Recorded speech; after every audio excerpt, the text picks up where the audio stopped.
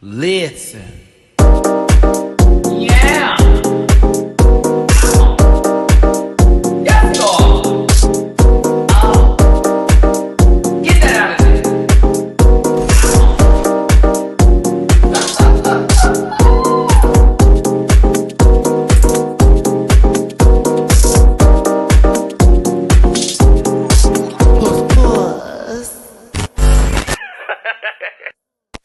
Oh my goodness gracious me, oh my Mary, Mother of God. How do I want this to look? How are we trying to get this to be today? Y'all, your boy has had the week. I don't like how this is looking. Okay, this is kind of cute. Because we've been doing this for the pan, right? I'm gonna keep it here. Hey, what's up, everybody? It's your boy Maddie Rant. Thank you so much for tuning in. It is a rant report today. I look very much winded, tired, distressed, disheveled, Batman, and I'm gonna own it today. So if somebody drags me, queef, that's fine.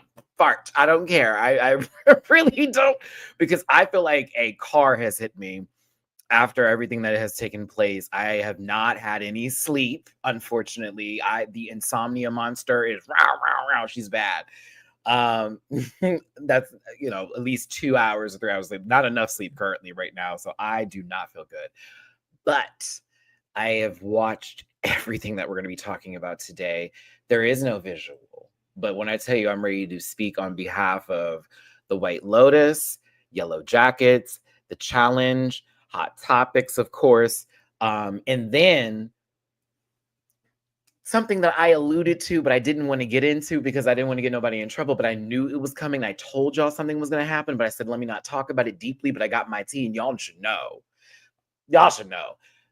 Drag Race Philippines has a All-Stars franchise coming out.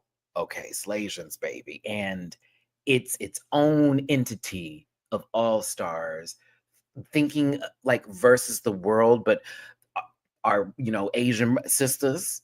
Okay, and aren't they thems and this and that and that and some? They all on the roster here to possibly come back for something like that. So I knew that was going to happen, but a lot of details weren't given to me. But I just kept it in the pocket because I was like, oh, okay, work. I wonder what is exactly going to happen here. But I remember when I was told that, T, I was like, oh snap.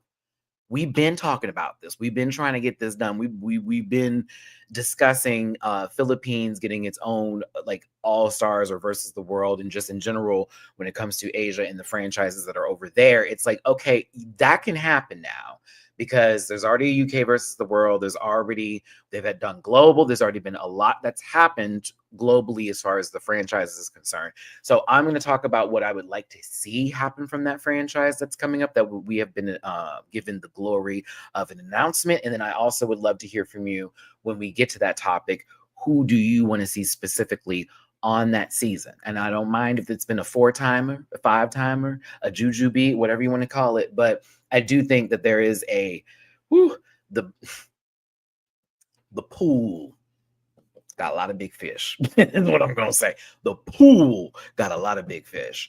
So I think whatever happens, it's going to be a wild ride. And I also would encourage people to start not taking things so personally early, because it's going to be a lot of favorites on a season, especially for the first season. You know how this goes. Like, they're trying to get us in the door. So when something doesn't go our way or how we expected it to happen, we cannot be going crazy like we usually do. So please, everybody. But we're going to get to that in just a minute here. I do want to talk about these other shows.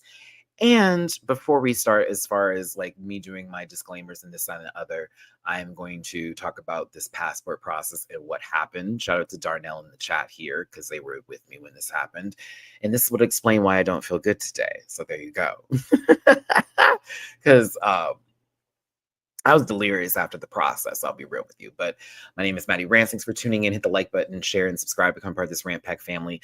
I am very much ready to talk about RuPaul's Drag Race Season 17 tomorrow at 12:30 Pacific, 2:30 Central and 3:30 Eastern here on my channel.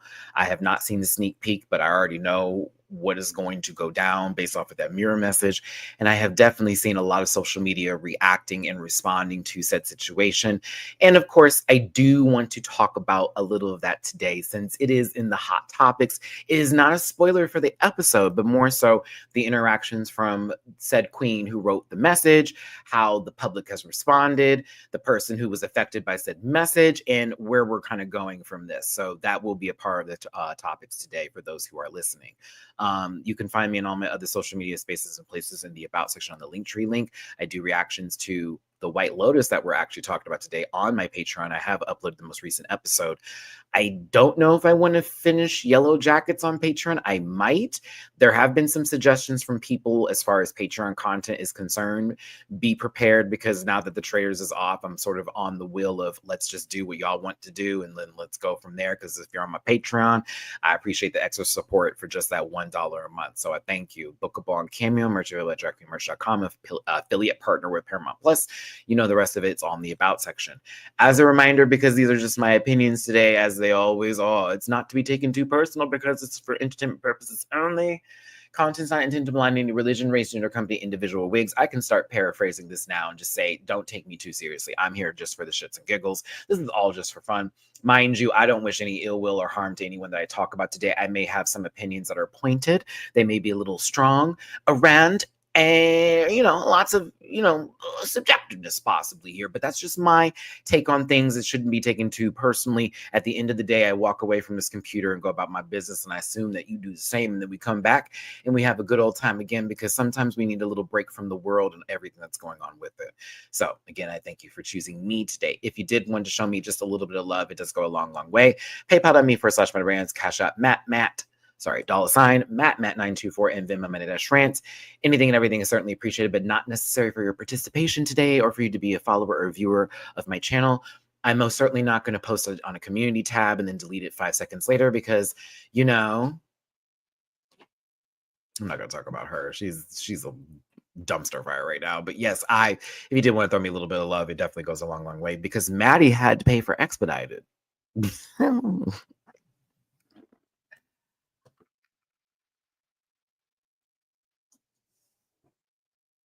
This is the perfect segue into getting into the passport talk and then talking about the shows today. White Lotus is really pulling me in, and I do want to sort of have a rant moment of being like, for everybody that's going, the show is slow. You didn't watch the first 2 seasons. You didn't.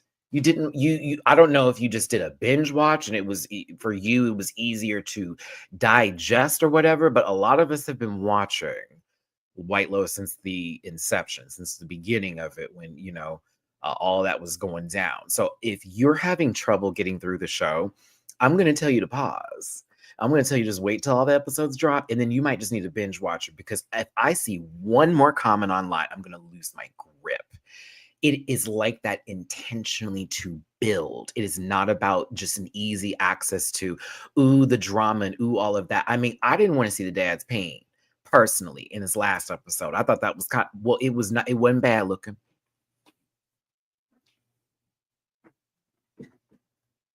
It was not bad looking, but at the same time, I was just like, the kid, they saw that. They saw that. I think it's a bingeful show. That's subjective. That's up to the person's opinion. You may not find it, not saying you did, but I'm just speaking on behalf of me. If I had never known about the show and then someone recommended it to me, I would be hooked in, because I kind of like shows that are very built on tension and atmospheric drama. Not everything is laid out on the table like with ketchup, mustard. Give me something and let me start to draw my own equations and then gag me at the end, like how YellowJackets did for this last episode, because I'm bored, not gonna lie, with this current season of YellowJackets. The last episode, though, and that ending, I said, oh, it's about to go crazy. It's about to go wild. If possibly, I don't know, it's a lot going on with that, but I would recommend it. To me, it was I like the weekly experience of White Lotus, like you say, Louise, in the comment section, because it was like, oh my God, what's going to happen? And you would have to sit on all of that feeling for the week. And then you get to the episode and you know how they do. They never just drop you into the drama again. It's a very like, oh, by the way, and then it just starts to amp up. But we'll get there soon. We'll get there soon. Yellow Jackets is fine. I'm finding moments of the show this season in particular, and we'll talk about the 2 episodes that I missed because again, I had to take last week I had to take a break. It's like I'm interested in one plot line and not the other. And this plot line's cool, but not that plot line. And this is great and all that kind of stuff. But okay, let's talk about the passport process. Let's talk about everything that happened because Maddie had to basically, I thank you, Monica. I swear to God, Monica, if you're watching this video, you sent some a tippy poo. I appreciate you. Literally the day that I went to start the process of everything for the passport, and I needed that money. And mind you, I was already like, well, I can do it, but it's going to be like a real tough struggle if I'm told some other information. And I was. And I also had some things going on with other bills I was trying to get paid, and I was trying to be smart. And I was like, I can't wait another week. So I had to do a lot of pushing. I had to do a lot of extra. I had to pull out a loan or two. I was like, girl, I have to just make sure I get this passport because we don't know what's going to go down currently in the United States of America. I'm not trying to pull into no political shit right now because this is not what my program is about, although I'm in and I'm aware of what's going on. So much is happening to where I'm like, I just need to do this now before something gets shut down, before something gets, well, now there's nobody in this department anymore. And now there's too much going on for me to be like, okay, I can take a break and sit back and wait on these things. And my trip is coming up on the 23rd of May. So I'm sitting over here like, I don't got time for this no more. I cannot wait. So I'm going to explain the passport process to you as a Texan. I cannot speak to your state, but if I'm going to be very honest with you because Darnell ended up getting his passport with me because he saw what I was going through. He was like, oh, I might as well just do this now. Because like, who knows? Okay. Number 1, what documents do you need? You do not need your social security card, so don't bring it. I brought it because I didn't know what I needed to bring, but you don't need to bring it. You need to bring your birth certificate and you need to bring your driver's license or some sort of form of identification. Those are the 2 most important items that you're going to need to bring to this, okay? That birth certificate is going to be gone. They take the birth certificate. That was a gag for me. I was like, what? Mind you, I didn't even know I had mine. At one point, I forgot that when my mommy passed, she put some things aside for me. And that was one of the things that I had grabbed and took and completely forgot about because I don't ever often bring my birth certificate. I'm speaking as a American and a Texan and applying for a passport. I mean, yes, they want your birth certificate and they want the original birth certificate or the copy that you got, say, from you needing to order a new one, et cetera, okay? You do get it back, but they're going to take it. I wasn't finished. I'm sorry. I'm scared the folks. No, look, come back. You're going to have to wait for it to come back because they mail it separately. It's really weird. The replica copy part she didn't recommend when I was talking to her because and you see DW was actually with me when we were together when we did this. When she stapled my birth certificate, I was like, does she know what she's yeah, we were a little that spooked me because it was like, hold on. I'm like, what are they doing with this? And you know who's in there right now? Some 20-year-old like I was my mind was like racing. Like, what do you need this for? But they have to do that because it's also for your protection and your own benefit because like you're applying for this passport and they have to like make sure everything matches this, that, and the other. It's a lot of stuff. So I love how for Darnell, I was being so messy in the car. I said, Darnell, look, see, both my parents is Black. So when someone tries me in the chat, girl, they know I'm light skinned, but let it go. But no, listen, that's one of the things you're going to need. You need an ID and you need your birth certificate is going to be the most important thing. Now, that paperwork for the passport is detailed as fuck. So if you don't know your parents, like if you're somebody who just is off in your own la la land or you're not even close to your parents like that, this, that, and the other, you need to find out where they live. And you need to also find out their previous net. Like if your mom had a maiden name, you need to know all that information. That was weird for me. Because I was like, my mommy's passed away, and I haven't tried to try to think of a lot of stuff, and I'm having to go through my mom's old information. So I did get very emotional in this process of like having to figure out this information. I even had to call my dad at one point in time and was like, can we just verify birthdays? Because I know y'all's birthday, but then it's like hearing it all over again. And my dad get on the phone. He's like, yeah, we're born this and this. And I'm like, oh my gosh, it's a lot.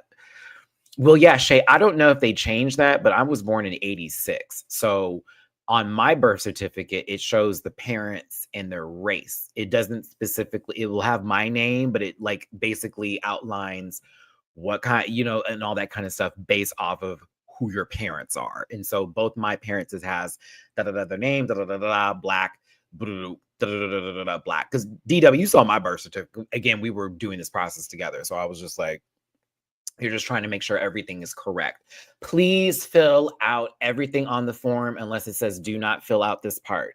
I put this on everything. Fill out the forms correctly. It will delay the process because right now we just send in everything. So we're told the process time to wait is 2 weeks before you can even see anything online.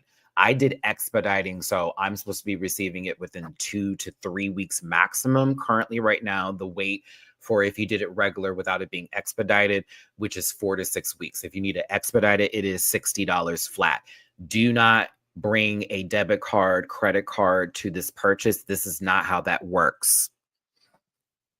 You need to have a money order or a check. When we got there, and I'm going to tell you what happened. The first day was Wednesday was when I was trying to do this. DW picked me up. We went to Office Depot and got the paperwork. I filled everything out. We found not a mail office, Matt. Come on, a post office. I was like, mail office? I mean, this is a post office, because you normally would go to your post office to do this. You don't have to go to a courthouse. We'll get there. You go to a post office and you need to look up online with USPS, applying for passport. They will show you the paper. All of that's there, y'all. Okay. It says book an appointment. I highly suggest this. But guess what? In Texas right now, everything is a month away. Like the earliest time, and D, you were with me, April 21st. It is March 14th. Them people told me April 21st was the first appointment. Then they said, if you want to do a walk-in, I know it says on the website, walk-ins, we're not doing them because of it's too busy, apparently. Now, mind you, ain't nobody in that post office, but I'm assuming because of things that are going on, that's what they're talking about, with a lot of things being backed up. So they told us there are several locations that do walk-ins. However, you have to be there early because they will cut off at any time with any amount, no matter what. We were given several locations. They were way out the way. They told us that we needed to be there like maybe an hour before it opened and just stand there and just wait until they open and do all that. Yeah, there we go. Come on, D. It was like 3 walk-ins a day, 2 days of the week. It was Thursday and the other day was like a Tuesday on something. And it was like 3 different locations we could go to. And I was like, bitch, we're not doing all that. So I wasn't cussing nobody out at the time, because when I did walk into the post office, the postal worker, shout out Alexandra, was going in on somebody that gave her the business and at least tried to, and she had to clock his ass. So me and D walked up on a whole situation, and knowing me and knowing how I feel about my fellow Black woman, I'm like, yeah, I'm not coming in here on some bullshit with you, because you already had to deal with Tim, Dick, and Harry, Tim, Tom, whatever. So I came over there like, hey, D was a witness to my charm and how I am when I'm very tired. I'm not going to come in crazy. I'm going to say a whole bunch of nonsense and make you laugh, and then we can go about our day. You giggled. I got my work done. I get to go home. You have a better morning. So I was talking to her, doing a little whatever, and we was getting the information. So once we were told that we couldn't do nothing that day, and I did all that work, I went to Walgreens, got my picture taken, did the full bit, paid $18 for that, and they say none of this we can do. So she then tells me one of the options, going to the civil courthouse here in Houston, Texas. And this may be the thing that you have to do in your state or your city. depending on the mail and the USPS. So I would look into this if you're trying to apply for a passport. You might need to go to downtown or wherever your courthouses are, like civil courts is exactly where to be, because there's like a registrar's office that handles passports, right? What the hell is this? Where did this come from? Piece of tissue. Because I was wiping my mouth earlier. Girl, I'm talking like, what is that? I got in the car and started crying. I'm not gonna lie, y'all. I've been so stressed out from this situation because the trip is important to me. I got to take a vacation at least once a month. I mean, not once a month, lies, once a year. Even my therapist has got me on that because she knows my stress levels are ridiculous. And I am unfortunately one of those people who has ADHD, the OCD bits, and I overthink everything. So there's times I need to have some peace in my life versus consistently thinking about, did the video make enough views? Did I have enough this today? Am I doing this right now? Like everything's like my mind goes crazy, right? So like, this is important. Plus, it's around my mom's birthday, and I never get to spend like somewhere peaceful. Like once I show you the footage, because I am gonna possibly take some pictures and do something for like whatever when I'm there. Not working at all. I'm not gonna be working, but I will of course record like us having fun and my friends and shit like that. We have the Airbnb is a tree house. Yeah, and it's gorgeous. And I'm like, I got the flight already. I've already paid for this shit. I'm not missing out on this. And I get to we're doing something literally on my mom's birthday excursion. Yeah, I gotta go because I need to have my like peaceful moment there and my prayer to God, to my mommy, and have that in some place that resonates with what our sort of unity is. So it's like all personal for me. So I broke down crying in this moment. I was over it. I was over it, bro. I was over it. And Dee was like, come on, man, it's okay. And I'm just like, this is just starting to become too much. I just had to get rid of this car. I'm trying to find another place. I just want to get this done. Everything always seems to be just some sort of block. And I'm just like, bro, I just need to just cry that moment. I was fucking over it.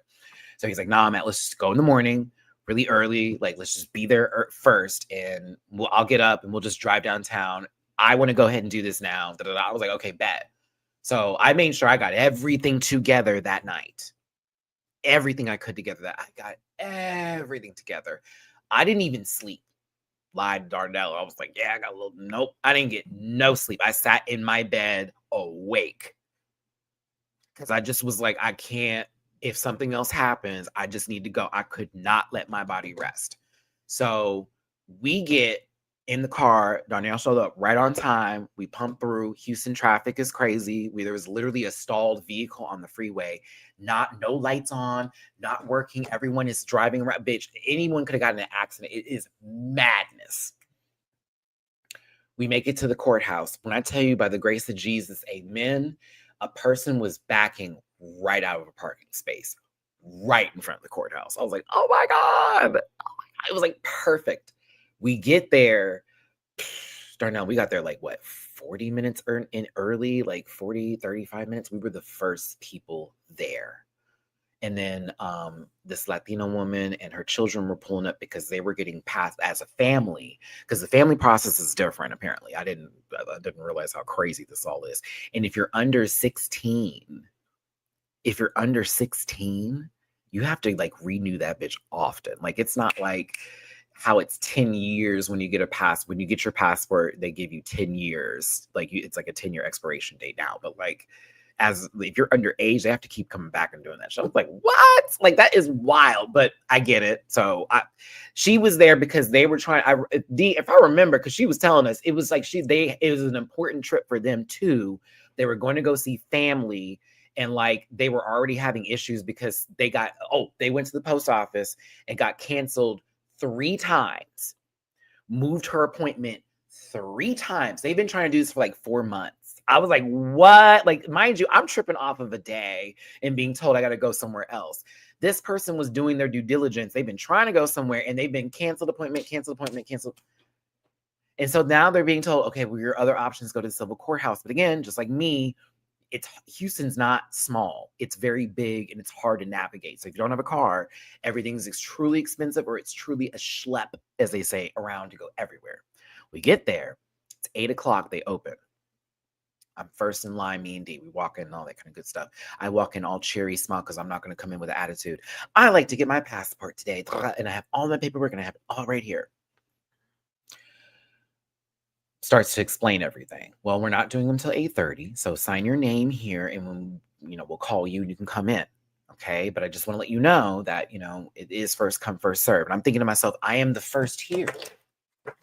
I'm the first here. What first here? First here. What are you telling me that for? First come, first serve, lady. My last name is on Hill. It says I arrived at 7:59. Darnell come right behind me. 8 o'clock. Like we were like, no, like we're not doing this. So then she tells us, because I'm like, okay, so how are we paying? And it's like, oh, I have my debit card. Well, you need to get a money order. And this is where I'm talking about me, Darnell, this lady and her kids. And we have all now paused. Nowhere on the website. Nowhere on the paper. Do I have the paperwork? Let me see. Nowhere on the paperwork do it say I need some y'all want to see some old pictures of me from school? Because this is my old binder from school my mom saved with my poems and stuff when I was an editor for the for the literary magazine at my old high school. But she has some of my old pictures. This is when I went to private school. Who is that? Yeah. Who is that? Can't. Oh, there's more out here. I don't want to show you the other stuff because there's some other pictures too. I even have a picture of when I got dropped off at Arizona State by my dad or whatever. Yeah, my mom saved this. I was so my dad was, we were just skinny.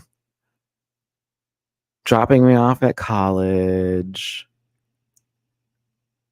Me and my dad. Isn't that crazy? I love when I find old shit like this going through my stuff. I will say for the passport process, that was my favorite thing, was going, again, while I got sad going through stuff. It was also nice to go through some memories and be like, oh my God, look at this.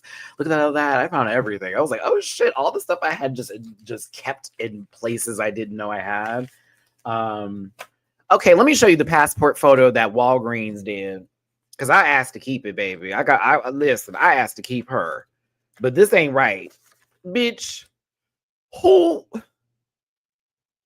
No, ma'am. No, ma'am. No, ma'am.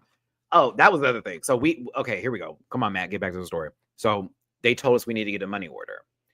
The way that they have it set up on the wall, it does not explain that the processing fees are a part of what you are paying for. So you may go in there and see, okay, you need $130 for a passport. You need $30 for the passport card. I got both because I don't know what is going to happen. I was told the passport card is for land and sea. So if I go on a cruise or if I'm traveling to Mexico and I'm doing it by car, I don't necessarily need my passport. I can just use my passport card. And this is for Canada too. So I was like, okay, that's cool.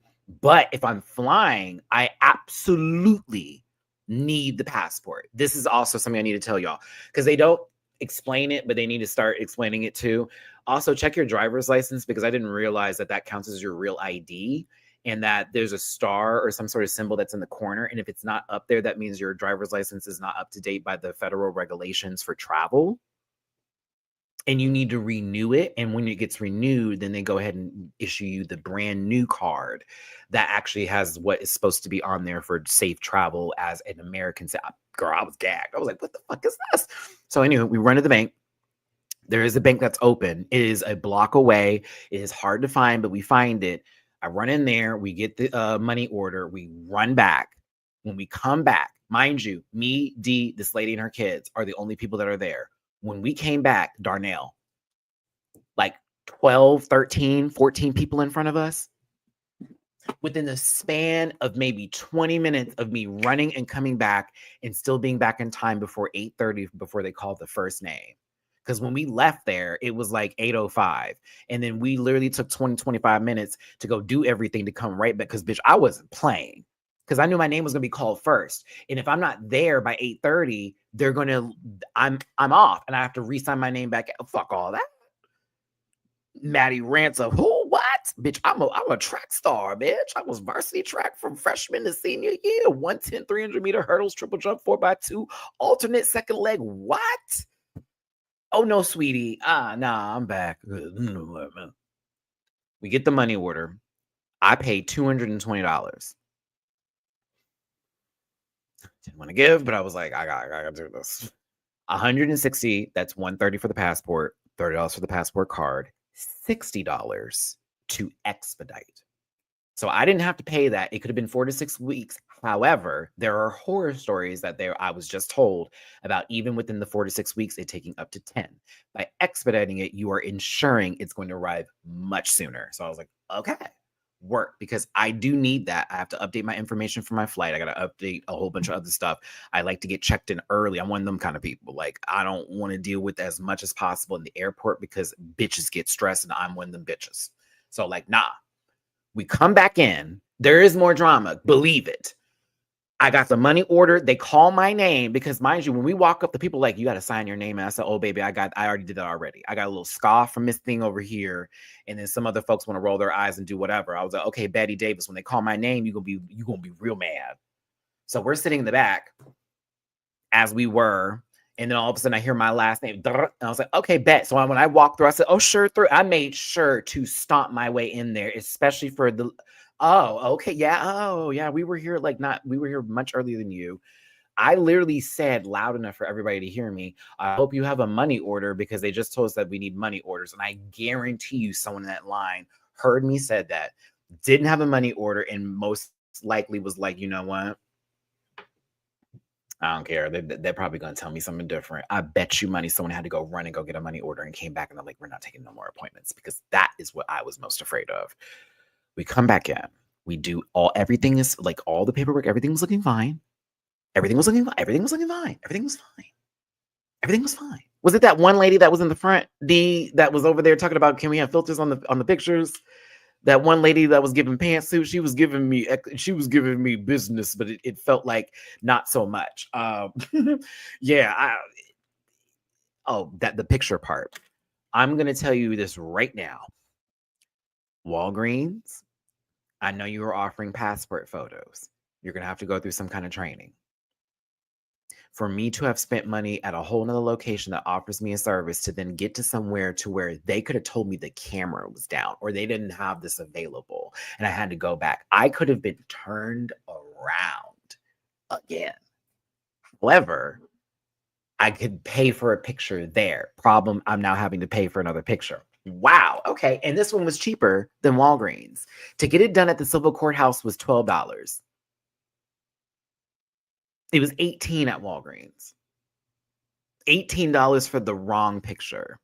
Because on the application, there is a picture or the way your body is set up. It has to line up. If it does not line up, that's what they said was the biggest reason why passports applications get denied, because they are people who are supposed to be processing them are not telling folks that the pictures aren't lining up correctly. They're being lazy about it, just sending it in, hoping it'll work, and it does not work. I'm like, what? She's like, yeah, it has to line up. Has to. Like, if it's not, it's going to come back. You have to redo the whole girl. I'm like, okay, no, not cool. So we do all of that. Everything is done. I pay the money order. Thank you to the women who are working at the civil courthouse. I'm almost getting emotional talking about it because I know y'all laughed at my jokes, which I appreciated. But it was also the fact that there were moments where, again, nothing is explained online. Nothing is available on the website. I don't know what's going on. And instead of having an attitude with me or being like, why don't you know what's going on? Very calm, very patient. They already had things set up where it was like, this is what it's going to look like a piece of paper with all the examples, and this is what you got to do. And I'm thinking to myself, thank you. Because like, I am just trying to get this done. I'm already stressed. They could tell.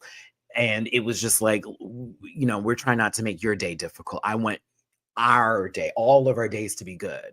So real talk to the women that were working at the civil courthouse today, from security to the district clerk's office, because come on, listen, that security guard definitely lost weight laughing at May's jokes. Baby, I had security hollering.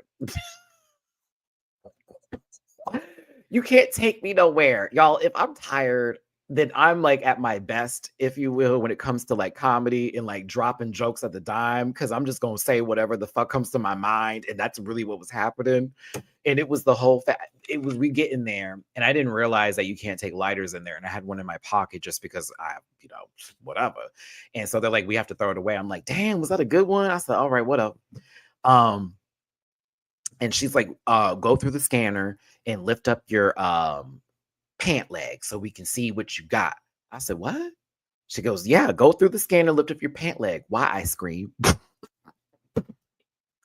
Why I lift up my pant leg and go, I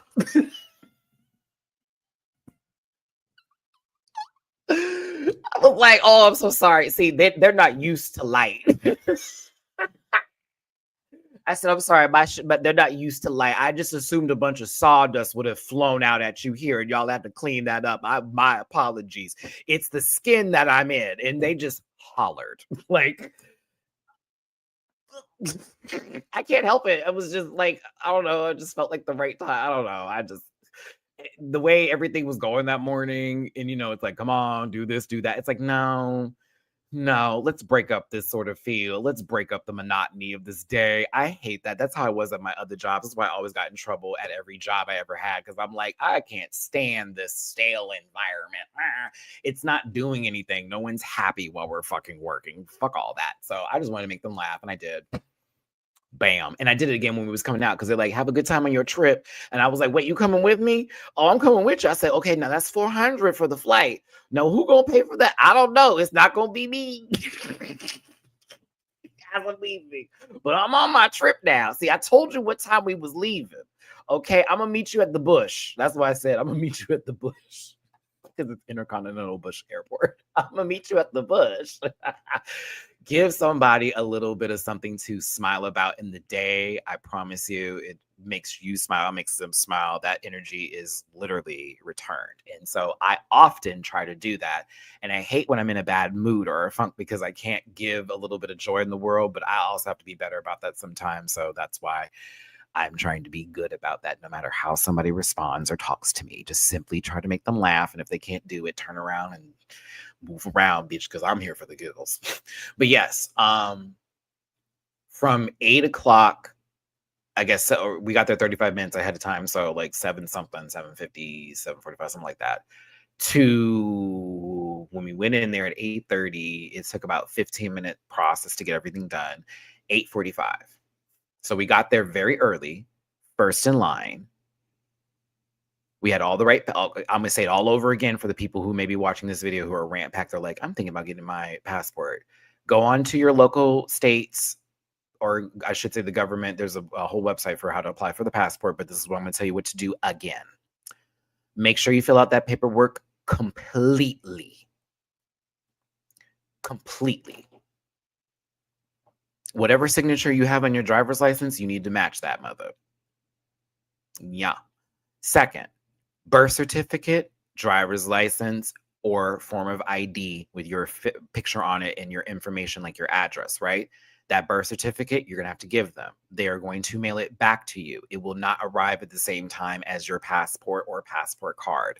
If you decide to get a passport and a passport card, they will be arriving separately in the mail. They will not be arriving the same day. Once you do apply for the passport, do not expect for any information to pop up on the website until after 2 weeks, which is, I think, is crazy. But it's also, you think about everybody in the United States who's applying for a passport right now, and them going through that process of like putting in all that paperwork, trying to find any red flags, this, that, and the other. and then being approved. It will show up once they do cash the money order, or if you have a check, you can check that way, like, oh, they cashed that, so they must have like started the process, and then it will show you in process. Normally by the time that everything is done and approved, it'll show approved, and then it'll give you a time frame for when it's going to be printed and then mailed back out to you. Again, expedited shipping was 2 to 3 weeks, and it was $60 extra on top of whatever you're trying to do. Okay. And then if it is regular, it is 4 to 6 weeks. This is all via the website currently right now. And it's also what they had in front of us when we were actually applying and doing everything. And then if you want it even faster than that, 1 to 2 days. Now, hey, we're talking about a lot of money, babe. I think it was like $200 or 100 and something to get it like in 1 to 2 days, which I was like, what? But they have to mail it like business first class, and it comes back that way. You can get some immediately. There are emergency passports apparently, but it has to be, I guess, within the 14 days of your trip in order for that to be done. So if I had told them, oh, I want to do a 1 to 2 day passport, but my trip's not in May, they wouldn't let that go down. Because it's like, why do you need it so bad now if you're going on your trip in May? So that was another big thing. That was another big thing.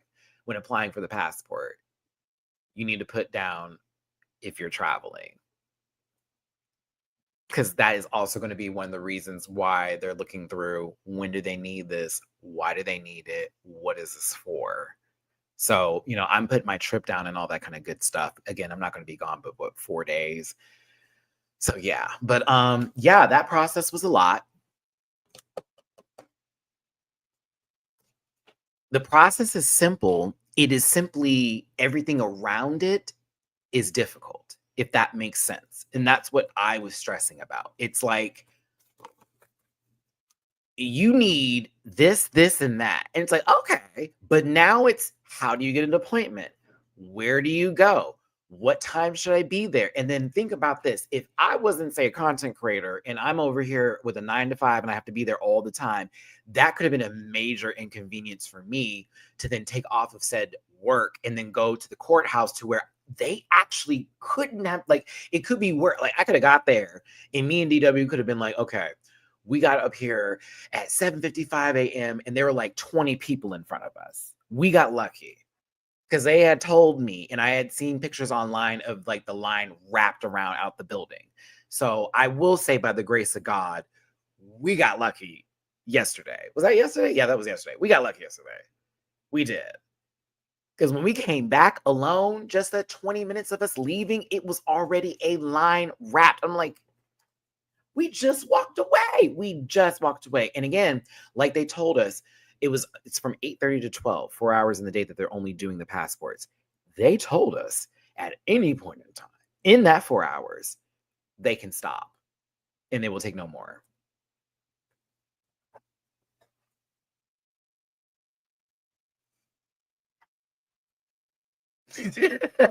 That's me.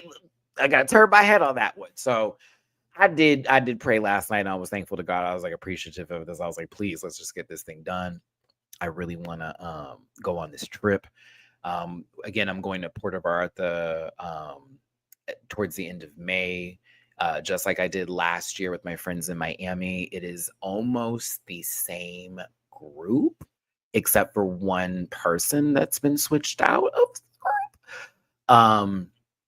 And so I don't know of any itinerary or of anything that's going on. My friends actually went to Little Cuba behind my back when I had flown out early the last trip that we did. This time I'm flying with them directly. Like, we're all going as a group and we're all leaving as a group together. So there will be no more, well, you left early and so we went over here, because I was pissed. And I'm still a little pissed about that, because I was like, wow, y'all, I'm the one that suggested that.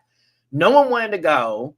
And then all of a sudden, y'all go as a group because you had time to kill. Fuck you. I'm still not happy about that. And they try to justify it too. I thought that was real fucked up. So this time I'm like, y'all can't mess me out of anything. especially if I suggest it. And I decided that I would not suggest anything coming up for this trip. And I've looked up a couple of things to do that'd be so much fun, but I'm like, nope, not this time. I will be a silent investor on this trip. I am here to have a good time, to relax and enjoy myself. Y'all want to be stressing out over stuff? That's gonna be you, bitch. Not me this time. No, ma'am. I ain't gonna want to go nowhere. Y'all want to go to the beach? Okay, we're going to the beach. We going to the restaurant? I'm going to the restaurant. Y'all ain't want to go nowhere? Okay, I'm sitting in this house that's gorgine with this bomb pool looking straight out into the beach. We good. But Maddie, in May on this trip, I won't be thinking of anything drag race related. I won't be thinking of anything stress related, none of the sorts. And I just need to confirm and verify that I got somebody to watch the babies, or at least come by and clean their litter box and make sure the water is clean. And if like, I'm going to actually buy one of the little feeders, or at least like a canister, the thing was canister with the food comes out for the kids. So it's easier for the food part of it, outside of whoever's coming by needs to feed them the wet food once a day. And then they got to clean the litter box. But that's it. All I got left is that is to confirm somebody coming to check on my children when I am gone, and I am out. But everything else has been paid for and done. I got lies. I got one more payment, and that's like the last for the Airbnb. It's like $100, and then we got groceries, Uber, and the excursion we got to pay for, which is like $150. So that'll be like not until closer to the trip. So yeah. Hi, Duel. I hope you're doing good at work. Doing good at work. What does that sound like? I hope you're having a bad day at work. Hope you're doing well. Can't wait to hear your opinions on Sunday's The Panel. So, hi, Nima, and hi, everybody. Thanks for tuning in. I'm about to get into the shows that we were discussing today. I just gave a little bit of the passport process that I went through out here. Again, everything that you need for it, it's simple. Getting an appointment, making sure that you have all the right stuff, making sure the information is correct so you don't get rejected. It needs to be very A, B, C, D, E, F, G. If you got a middle name, put that motherfucker on there, because yes, you will get it turned back around if you don't give your full name and all that. So like, it was a lot. So again, we had many moments where everything could have been like, nope, nope, nope. And that happened the first day. But the second day, it was, this is what you need to do. Just go ahead and do it. And again, by me and D being very early, that's how we got everything done. So the biggest piece of advice I have for you is, if you want to go get a passport, do not go later in the day. Go immediately, first thing in the morning with your shit, and get it done immediately. So that way there is no one there to tell you no. No one gonna be telling you, oh, we're not doing any more today. Oh, the cameras. Nope. Get there first thing in the morning, right on time. If two people in front of you, that's fine. But get there in the morning, please. Because when we were done, I was back home by like 10 at the latest. Which reminds me, D, I didn't get shit at the grocery store. I'm going to be for real with you, friend. And I know you know, because I like literally didn't shop the way I used to. I was so delirious from not having any sleep in that entire process. And I'm still a little bit delirious right now, that I realized I didn't get any new coffee. I woke up this morning, I was like, oh, there is no coffee. Oh my God. I didn't get a lot of shit.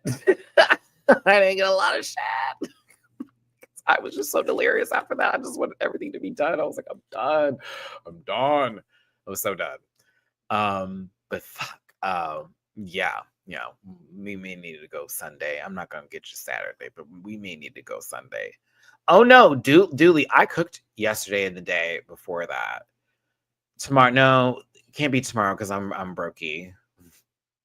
Sunday would probably be better, because I don't know, maybe a blessing will happen in between now and tomorrow, but right now I'm like, girl, I don't want to touch a dollar in my. I think I'm not gonna even be able to go to game night this weekend too, because I just can't take no Uber. I'm like, girl, I spent too much money on that passport. I done spent too much money on my phone bill. I got the cable and internet coming up on Wednesday, honey.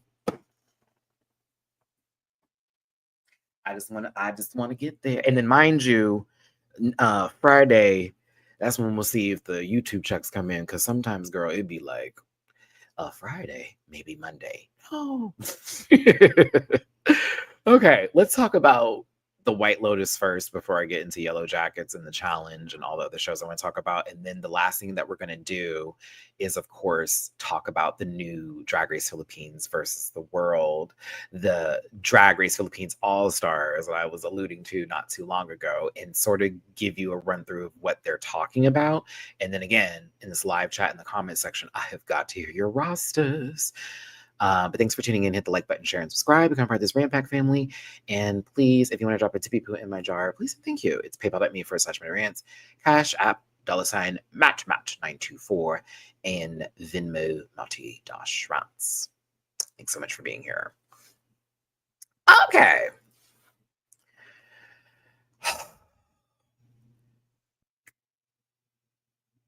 Let's do this by storyline.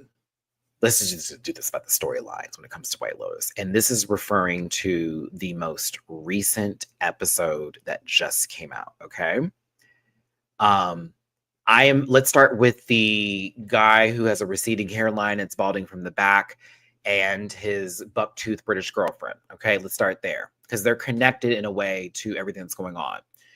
I am so happy we got context to this person because I was getting really fed up and annoyed with having to listen to this man. I don't know. It's my life. All of that. La, la, la. And I'm just like, girl, what is going on? Like, what is happening? And so we get some backstory to why this man is all fucked up and why look, this is Xfinity calling me now, girl. I'm gonna try to get the money to you by Wednesday. Calm down. But no, I was like, what are we doing here? Like, we find out that this man is in the White Lotus in almost at the Philippines, in Thailand, because the owner of the hotel, this woman who runs the hotel, is married to the man who allegedly took out his dad, and that he found out this information via his mom on her deathbed. And I'm like,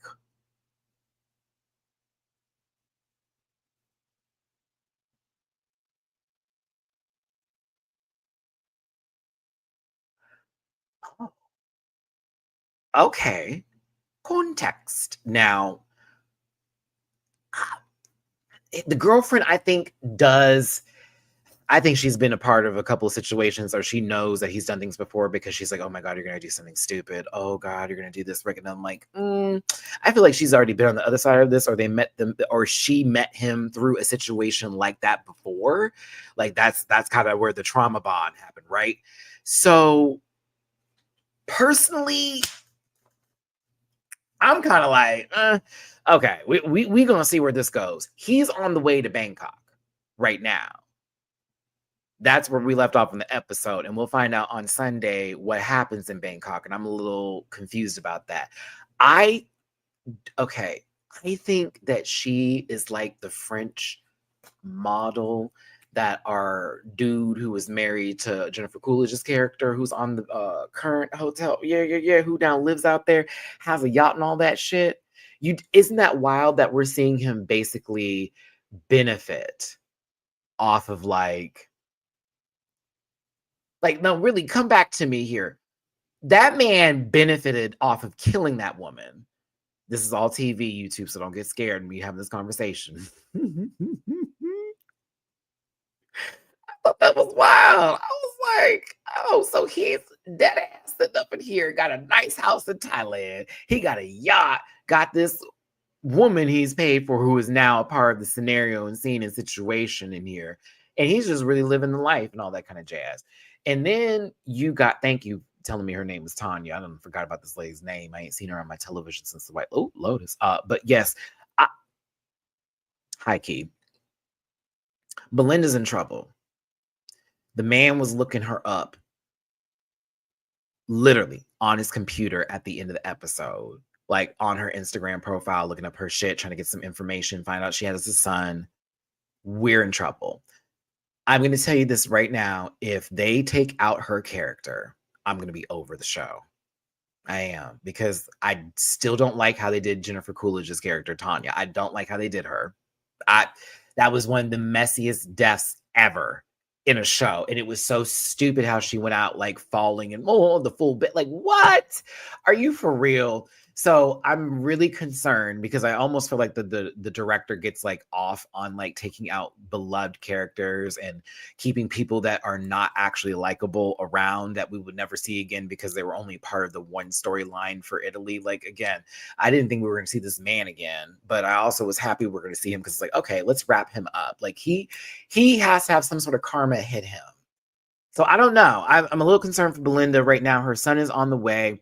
She's feeling her retreat. She's kind of getting into the guy that's helping her around. And I just love seeing Natasha Rothwell get work, honestly. She has one of the best Twitter accounts ever because I totally agree with them every morning. On to the friend group. The actress, the Republican, and the single mother is how I'm going to refer to them.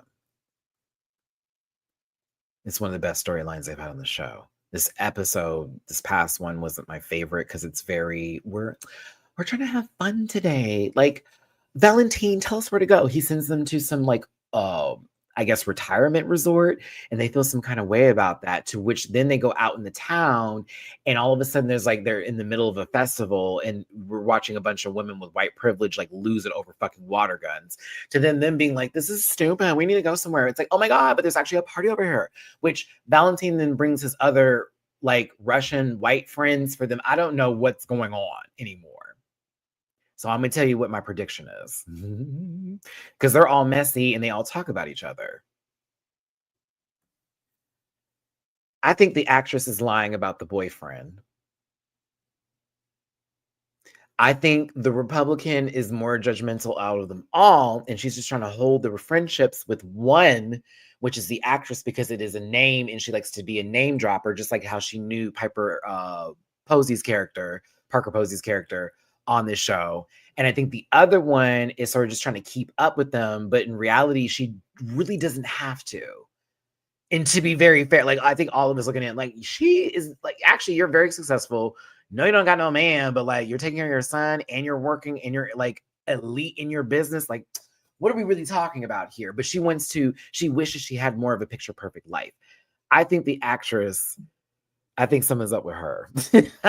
Because her like need to like do something and like pull them along this episode was kind of weird to me. And then also her trying to push Carrie Coon's character, which I love her on another show on HBO. What's it called? Come on, Matt. She's on another show that I love very much. And she's married to one of the finest people in Hollywood. I'll tell you that on that show. I was gonna say The Big Yield, but it's not that. Something. Come on, Matt. Golden Era. No, not The Leftovers. Something era. It's like a period piece show. And it's really good too. I never miss a season. Why do I not the name of the show? How dare I never miss a season? It's just not, the brain farts. Hold on, let me just look at this up real quick. Carrie Coon. I'm so mad at me for not having this on my brain right now. I'm supposed to be the movie guy. The Gilded Age. The Gilded Age. I had an era in my head. Yes, Carrie Coon's on The Gilded Age.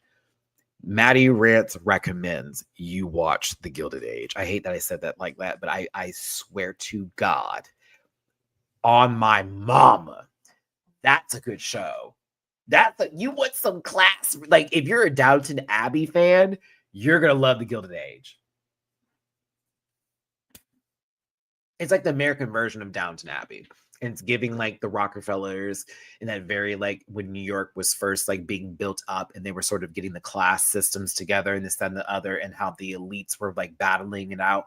And like how like even they have the stories incorporated with Black people in that time trying to find their way into the history books as well as be seen, because racism was alive and prevalent. However, it's the North, so it's not like slavery was existing for Black people over. It's an interesting take if you watch it. It's a very good show.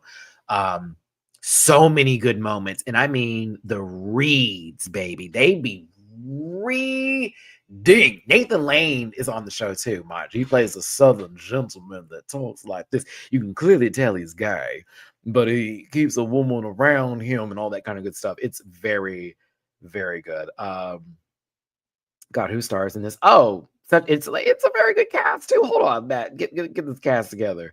You got Carrie Coon. You got Christine Baranski. That's my bitch. I love Christine Baranski. She eats on the show.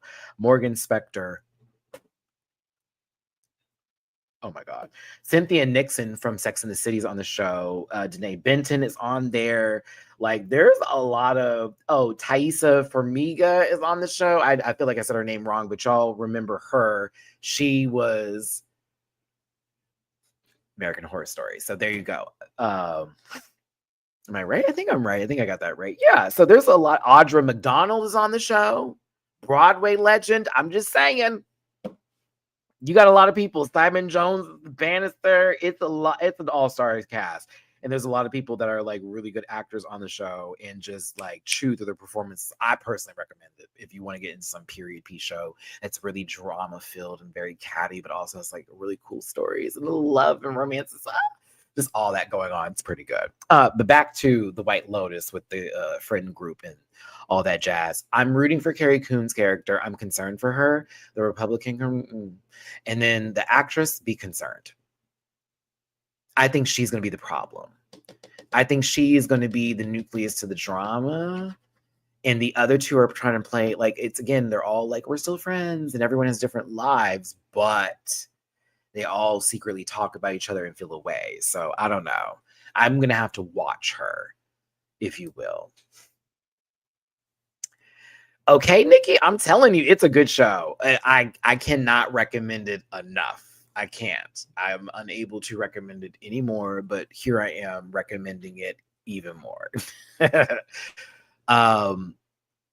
That town scene, which one, on what, the White Lotus or on the Gilded Age? I was like, wait, are you talking about this last season, the Gilded Age, or are you talking about because you'd have to remind me.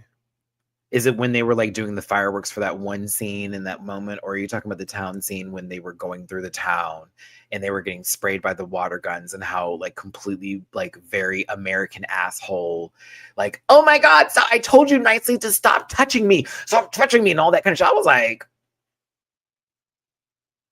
I disliked everybody. I disliked all three of them. Because it's as if you were dropped off somewhere and you were like, this is what I'm talking about. Like, oh, look at the culture. But you don't want the culture to be anywhere.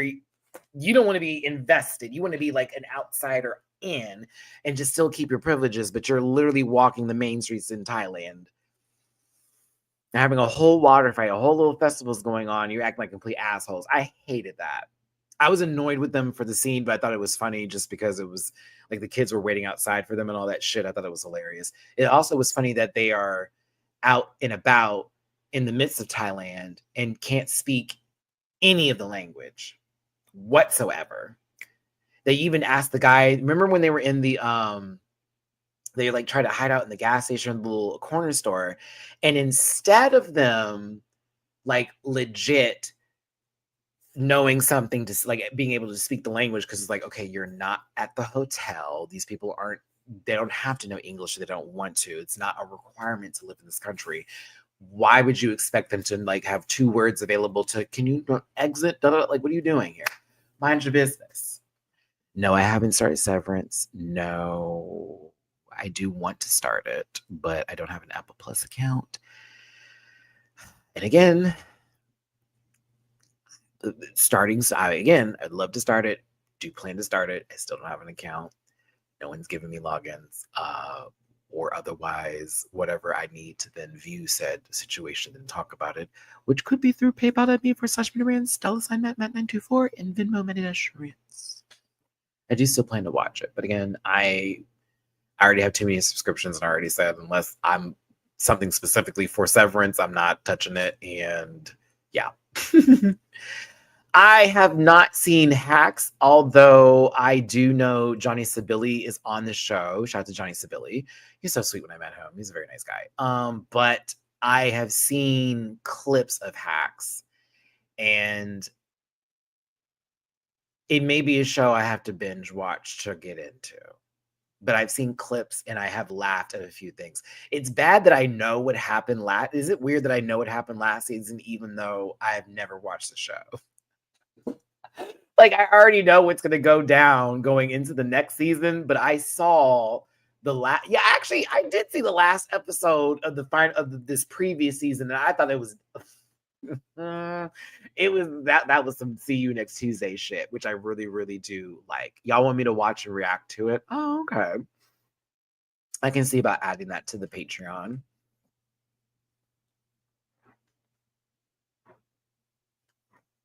Yeah, see, not all shows that get awards would make me want to watch them, like Emilia Perez winning anything. Yeah. No, I already saw that before it won anything, so I knew better. But no, back to the White Lotus. Yeah, we'll see what happens with the friend group. To wrap this up, or no. Let's talk about the security guard.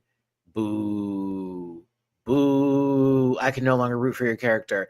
I don't need you to get with Jenny. Boo. Boo. Like, I'm not rooting for him. I don't care how sweet he is, how much he wants to be a good guy. He is terrible at his job and everything is going down because of him, high key. Bitch, that man gave you a gun because you couldn't do your motherfucking job the last time y'all hoes got robbed. Here come Puss again, getting in your face. Oh, let me walk you back. Doesn't put the gun up, doesn't lock anything up, just walks away, walks her to a place that she didn't even need to be walked to. Come back, the gun is gone. I have no sympathy for him. I hope he gets the gun back, but I'm kind of annoyed with his character. Like, okay, oh, you're so happy for I don't care. Like, you may need to be shot, so don't care. The family.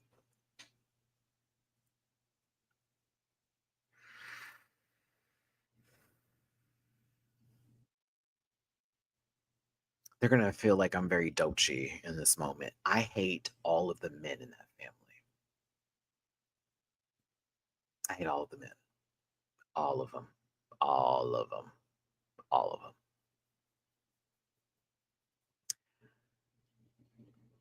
I like the wife. Okay. Parker Posey's character. I like her because she is literally just living her life. And this is what she's been given and afforded and what she has the privilege for.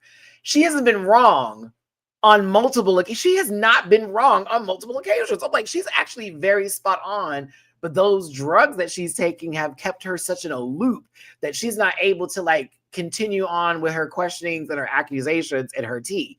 However, because her husband has now developed an addiction to her medication that he now is holding from her.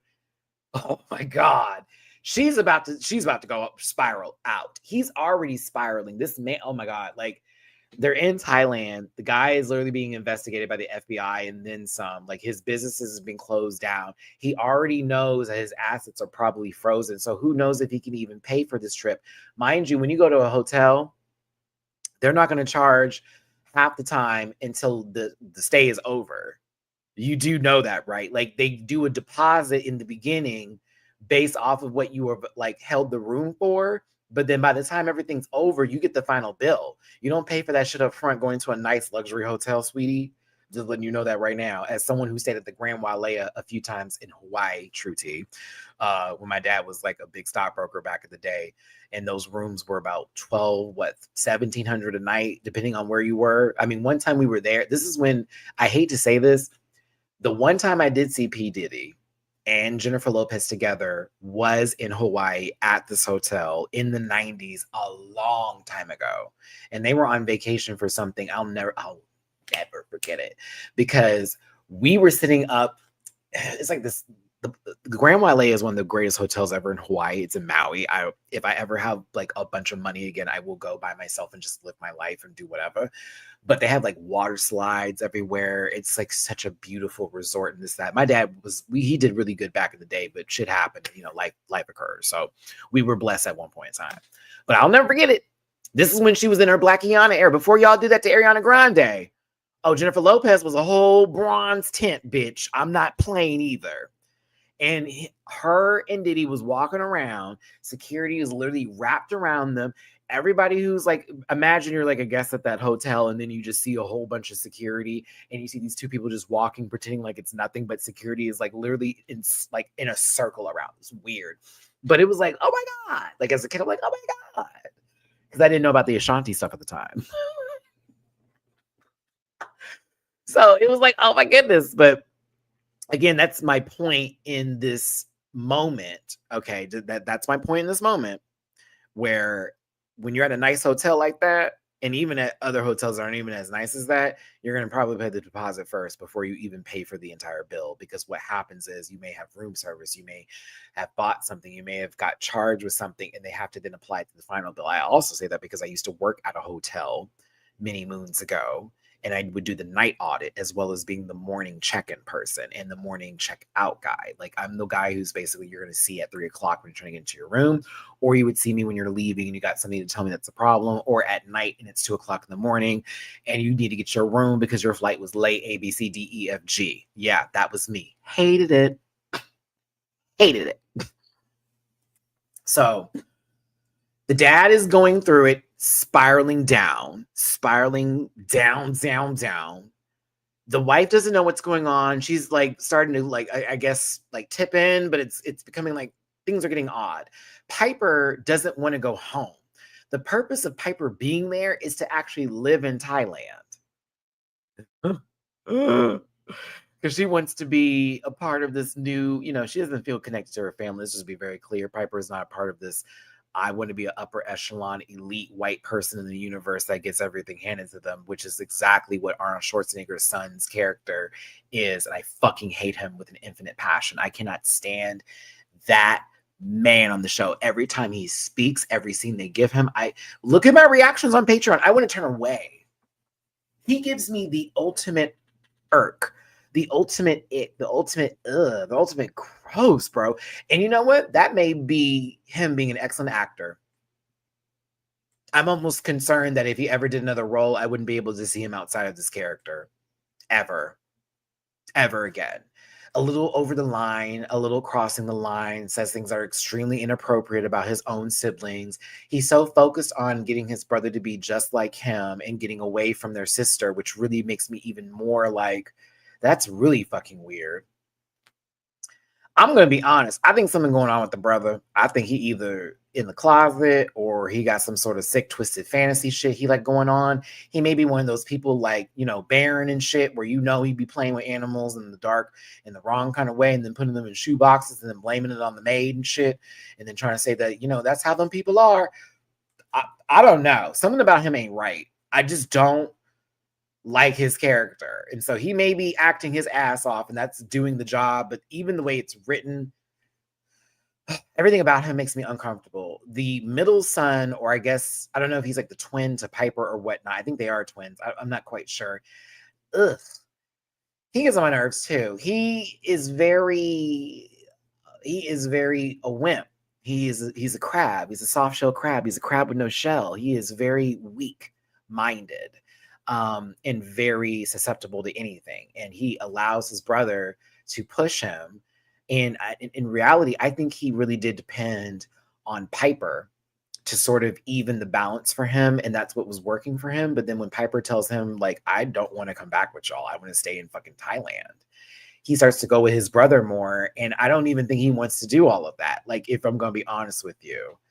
But to me, that whole moment with the feminine pose and the side of the way he has his gesture and posture, I think that's why his brother is playing with him like that, because he feels his feminine energy and he also wants to that. So that's why I'm like, this is gross. I can't take it. It is gross to me. I can't get into the storyline at all. But I like that it does make me uncomfortable. And I do like the fact that this is some sort of like way of the show pulling me into what the fuck is about to happen. Like, what's about to happen? The flashing scene with the dad and his pain with his kids was too much, to be honest with you, but it also gave way. Like, there is something wrong with this man who's normally uptight, very centered, put together, always about business. It's definitely something up with him, and he's unraveling as we speak. Even on the yacht, that shit was weird, but also, how could they not recognize on the yacht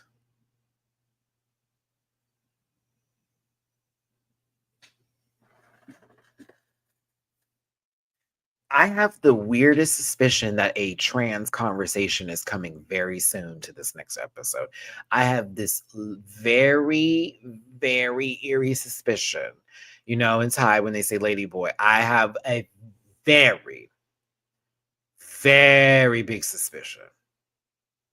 I have it because the Chuds ended up going with, the French girlfriend of old dude who was married to Tanya, who is now after Belinda, and they're now going to some moon party.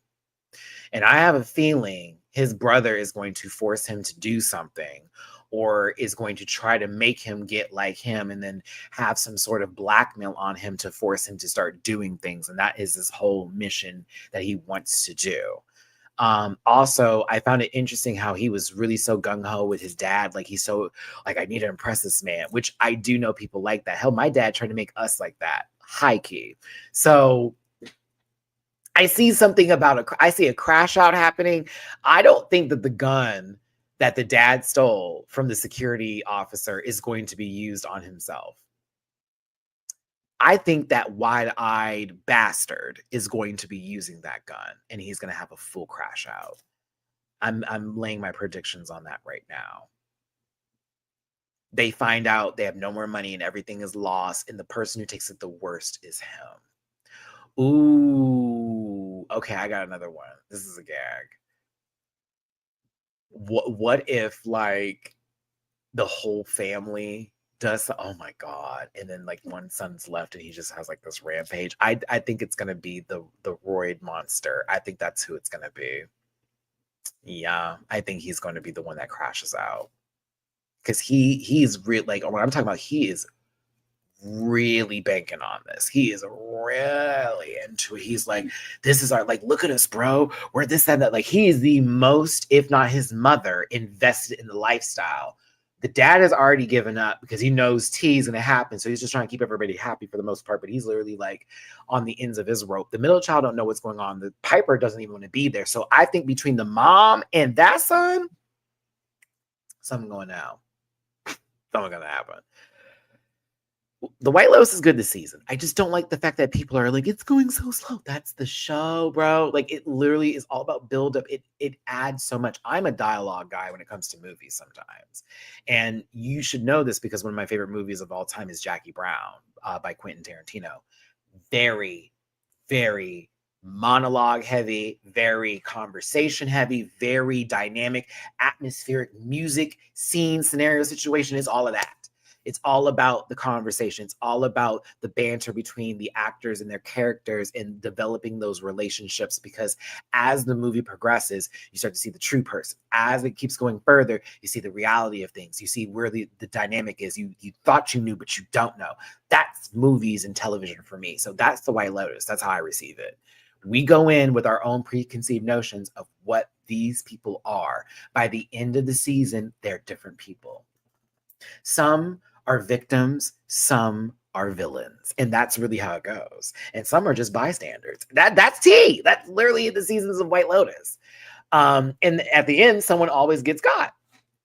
And so it's just really where it's at. And yeah, I like the season so far. So shout out to White Lotus on HBO. Sorry, it's on Max. It's each and every Sunday. I suggest you check it out. Suggest you check it out. I think we're on episode 4 right now. We're up to 5 or something like that. But yeah. Okay. Let me break down YellowJackets quickly. No, we're not just yet. I'm going to get to Arietti in a second when we get to the drag race portion of this. I'm trying to get through the regular reality television and scripted television so far. So let's do YellowJackets really quick. Lottie's dead. Hey, Camilla. How you doing? Hello. Hey, everybody that's just tuning in and jumping in today. Thanks for being here. Hit the like button, share, and subscribe. Become right to Rant Back family. I started off the video talking about my passport tea, so be prepared for that. I tell you the whole process. And then we get into White Lotus. We're about to do YellowJackets. I'm going to talk about the challenge. And then I'm going to get to the Drag Race tea, which is the new Drag Race Philippines All-Stars coming out, plus the drama online between what has been shown in the preview, how Arietti has responded, how the fandom has gone about it, and so much and so forth. You do have 2 hours with me today, and we're only an hour and 20 minutes into this, so I shall be going a little bit quicker, but also not too quick so we can still enjoy ourselves. Again, if you want to drop it to be put in my jar, please and thank you. For your boy hosting with the most in today. PayPal.me/Rants, Cash Out, $Matt924, and Venmo Matty-Rants. God bless you all. Thank you so much for being here. Let's continue. So Yellow Jackets, Lottie's dead.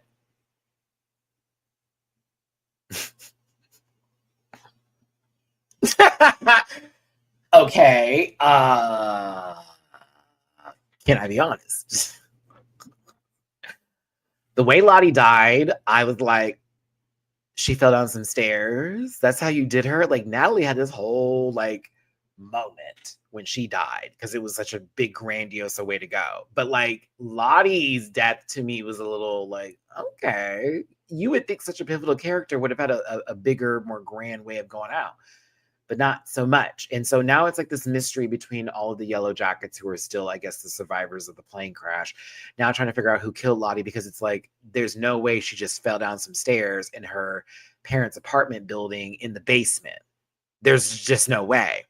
Someone had to have pushed her, because there was also some signs that looked like there was a struggle or something that just happened here. Now, mind you, Misty, Shauna, Thaisa, and Van. Okay.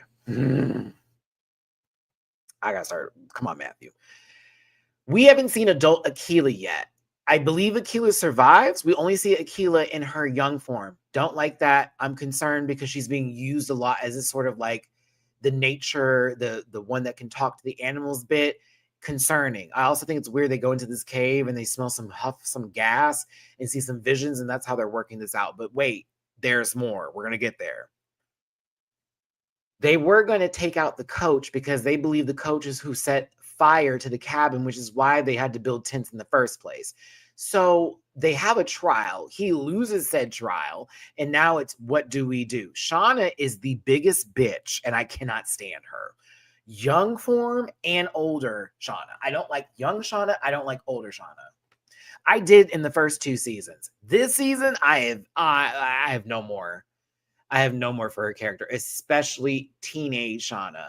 I get it. You lost your baby. I get a lot of what, I mean, I don't get it, but you know what I mean? I get it. It's like, yeah, I get it. But like, I cannot stand how she is like doing everything that's on here. It really pisses me off. Everything is wrong. Mind you, based off of the last episode that just happened, if they waited one more day,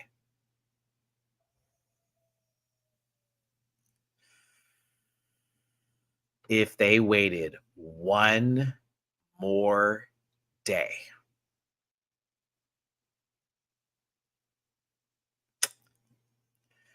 Okay, let me get to it. They were going to shoot him in the face. They end up pushing him out the way at the last second. They're like, no, because Lottie, Akilah, Travis come back, and they're like, we had a vision. Oh my gosh. And he's the bridge to get us home. So his life is spared. They keep him over by the barn animals, like the goats and stuff that they found in the woods that they've been using for milk, this, that, and the other for other things, right? They still do these sacrifices to this entity thing that's out here in the woods. Shauna, being the biggest biatch in the planet, still wants her lick because of everything that happened. Her new friend, whose name I refuse to learn, the blonde-headed dum-dum that follows Shauna for some apparent reason, cuts this man's Achilles tendon and leaves him there to bleed as a, that's our lick because you didn't get shot kind of thing. And then they don't feed, like they're trying to feed him, or I guess keep him fed or whatever, and he just wants to die because honestly, they have him tied up. He's been bleeding. His ankle is infected. Like the man is emaciated. And it's like, just end me right now, because what is going on today? Like, this is ridiculous the way y'all are treating me now after this situation has up at the bridge, because they feel like, oh, well, he did what he did, so we're going to still have to treat him wrong. He's just going to help us get home. What? Some of the episode, and this is why I have a problem with Yellow Jackets sometimes, it drags on and on and on. Like, we'll be on a scene where Misty, as a child, as a teenager, is having such a contemplative moment of like morality, even though she's the reason why all of them are there to begin with. That has not been addressed, nor has that ever been told the truth ever on this show at any point in time.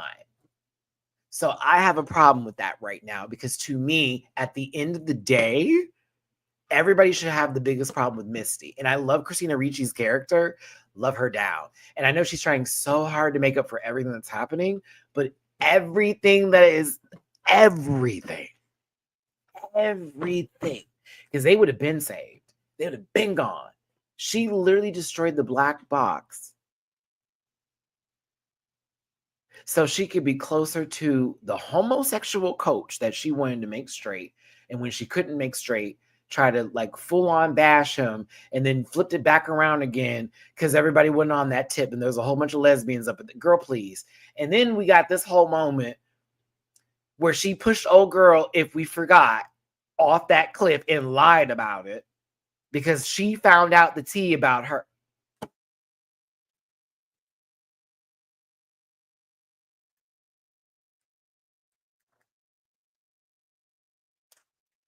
That's why I'm having a problem. That's why I'm having a problem. A lot of it's Missy's fault. No one's addressing it. They're never gonna get it. I guess we're gonna just let that be. I don't know. We got some demons up in here. Some like, what the fuck is going on? Like, I'm no longer. I don't know anymore. Is how I feel about the show. I'm like finishing it. Can I recommend it as a partner with the Paramount Plus where you get Showtime for free on me? Yeah, but like, what am I supposed to be focused on? The person who's trying to kill them? Because there's someone trying to kill them now, apparently, because now that Lottie's gone, there was a tape that was sent to Shauna's house that her daughter, who was also a load of nothing, if you will. Sometimes Callie be really on it, and other times Callie is the biggest hindrance to whatever equations they're trying to figure out. The tape of them, apparently someone filmed them in the middle of a ritual screaming. And then I realized at the end of the episode, because Nat has to kill the coach. Nat has to kill him because he's literally suffering. And so Nat's like, look, I made a promise to my friend. I'm going to have to like take him out and this and the other. And the girl's like, what are you doing? This is so wrong. He was the way of us getting out of here. So you're just going to torture him. And so like, what? Like, what if he passed out anyways or died because he like had no food in his body? What were we going to do then? Like, and also, why aren't we talking to Shauna and this other ugly whatever she is about them cutting that man's ankle? And we're not talking about I just did not understand the logic in the situation here. So because Natalie takes out this man because he asked her to, and that was supposed to be the bridge that they saw in the vision, which he kind of is, but we'll get there. They want to put her on trial, but instead, Lottie, and I mean out of nowhere, there is no vote, nothing to happen because they're like, Natalie's supposed to be our leader and she messed us up. And then Lottie's like, well, let's make Shauna the leader. And of course, Shauna wants to do the angry approach, like literally the angry man's way of anything. Full on Project 2025. That's Shauna. Okay. So she's like, we're going to break him down and eat him. Do the ritual for the spirits. And we're going to make Natalie do it because she's the one that did that just so she could torture her and make her feel bad. I'm not even kidding to you. They end up eating this. Yes, girl, this is crazy. Ate the man. Had a whole ceremony about it. Head on a platter. This person who literally was trying to say.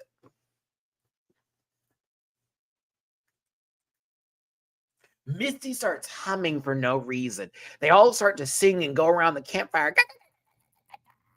All that bullshit. All that bullshit. Y'all, two campers walk up on them.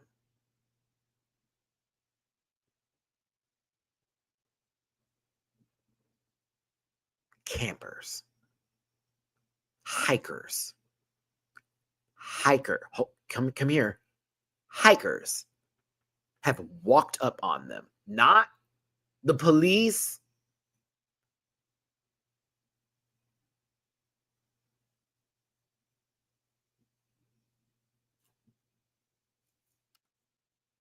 I put this on everything. If I find out that they weren't far away from something,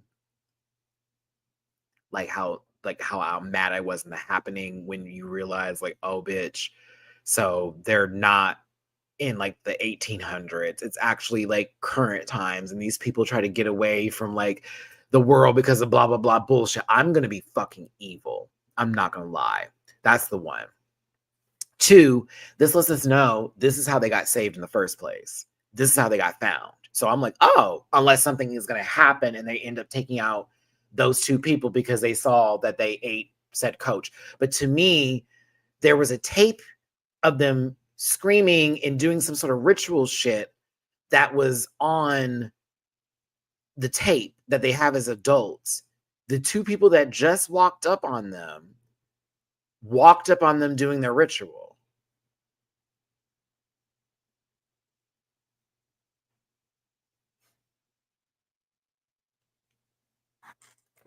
Were they taping bird calls or animal calls and wildlife nature at night and then heard all that ritualistic shit and then kept the tape? Did somebody who wants to mess with them found the 2 people that helped rescue the girls and then was like, did you have anything on tape or something? Oh, something was happening that was really wild. Stole the tape from them and is now, but I need to know what's going on. There's also this thing with Thaisa where she has like this thing inside of her, a spirit or entity in her that makes her do things. And somehow Van is now really connected. I don't know if it's because of the cancer or whatnot, but Van got a phone call from like literally a phone that's not even connected to the wall. And it's Thaisa's Thaisa talking about, I can't help. Huh? So like, I have a lot of questions. Callie got the tape recording because she put her phone in her mom's jacket so she could be like aware of everything that's going on. Callie is way too invested into shit she doesn't even know about. It really fucking pisses me off. Shauna is a stone cold asshole. Like, Misty is clearly the reason why all of this happened, and she's just doing all of this trying to make sure her tracks are covered and also to make sure her relationships are still sealed and dealed. Thaisa and Van, I'm not even interested in as adults. Honestly, I don't care. You cheated on your wife. You also got a demon inside of you. Van is dying. Oh, that sucks. But y'all are going to keep your lesbian relationships together. I don't like what? Like, this shit's weird, bro. Then like Lottie died. So we don't even need to talk about her no more. Some of the storylines are not interesting, and they are, and then they aren't. There's ones that start and it boop, boop, boop, peers out. Others that keep going. You're like, okay, where's this going? And it goes somewhere. That is the season to me. It is highs and lows, and it's yeses and nos. It's a 50% for me because I'm like into it, and then I'm like, God, that's where this shit. Like, what is this? Like, they're just talking, and it's the same shit over and over again. There's so many moments that just say things over and over again. So yeah, YellowJackets on Showtime. I'm still gonna recommend it because it's actually a crazy show, but I this season have been just a tad bit disappointed. There have been a lot of long-winded moments that are not adding anything to the equation. And unlike the White Lotus, some of the moments aren't really like gagging me. It's like, oh, okay. I guess we're still doing this. I guess.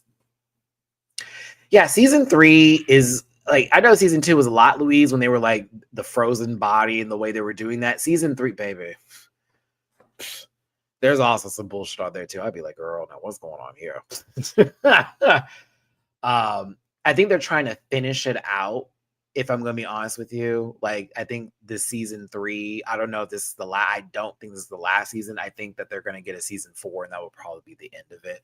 Based off of this season, we literally see the hikers that found them in the woods. So I'm like, oh, and there's not that many episodes per season, so it's like, y'all are gonna probably wrap this up for season 4, and it'll be a very short season, if you will, because I don't see where else we're going with this outside of who is the person sending the threatening messages, and do you get to keep your dirty little secret is where we're at. So yeah, YellowJackets on Showtime. To the challenge, and I'm going to talk about this really quickly because the challenge also is a show that sort of irks my nerves and is not as interesting because they have edited it down into the multiple capacities of just being an hour, and it annoys me because I know we're missing a lot of context stuff, and the mess is a little too quick for me. I will say the gays are holding it down. Shane and Frank, the gays are holding it down. Frank is the mastermind who is the they that's causing all the rumors that everybody actually has figured him out. But of course, they're going to deny all of it. So I'm like, okay, work. Frank is doing the service that I need as far as being messy in this kind of game. The same goes for Shane, who is now countering Frank's mess and trying to block his messiness, but also covering his tracks too. Devon, unfortunately, is like along for the ride because like, fuck, now they're going on to their own thing because the game turned from a physical one into a social. Oh, it's turned into a nasty social game. Veronica is running it, girl. It's why like Veronica's running it, but really Frank is running it, and Shane is the chaos. So Frank thinks, well, no, Veronica thinks she's doing the do. Frank is the one that's suggesting things to Veronica, and Veronica's running with it. Well, Frank's getting his own agenda across, while Shane is now having to jump in and do blocks to sort of break them a little bit. And while Veronica kind of knows this is happening, Shane and her have this conversation where it's like, girl, like every move you make comes against me and we're supposed to be working together. And I get that you want to not like get all the strong people out, but like that also includes me and Davon. We're working with these people too. Like you're not thinking about this clearly. And so it is interesting to see where this is going to go. I'm rooting for Shane and Devon all the way. I personally am annoyed with Frank's like, I know what he's doing for television. It's just not my favorite character, if you will. It's a little too on the nose. It's a little Ariette, if you will. So for me, I'm annoyed. And then Sam does know what's going on. And that bothers me a tad bit. If they don't know what's going on, I'm like, so you're just being a fool to be a fool right now. Because you should clearly know who this is over here is. Got it? Like, girl, like really get it together. But to see Fessy leave that soon. Oh my girl, Amber. I was like, oh my God. And Turbo and Nani come back. Oh my God. Yeah, I don't think it's gonna be any powerhouses winning this season. So I'm a little tuned in. I'm stuck in there. I'm in it. It is a little messy and the edit's a little too quick for me. I need a long-winded story when it comes to the challenge. I need the long-windedness. I need to be able to get to the dynamics of every interpersonal relationship that's happening in that household. Like I need it. So I'm here for it. I'm kind of here for it. But it was boring in the beginning so bad. Now it's messy. So I'm like, okay, I'm locked in. So yeah, the challenge on MTV, All Stars Rivals. If you're interested, I would say by episode 5, you will be probably happy. Yeah, them first couple episodes, girl, were a ball. Well, except for the Sylvia and Kellyanne fight, because that shit was on and popping. But yeah, there were a couple little, okay, it's getting interesting. Okay, we got something here. All right, it's better. So that's where I'm at with the challenge. Let's get to the drag race stuff, everybody. Boop, boop, boop, boop.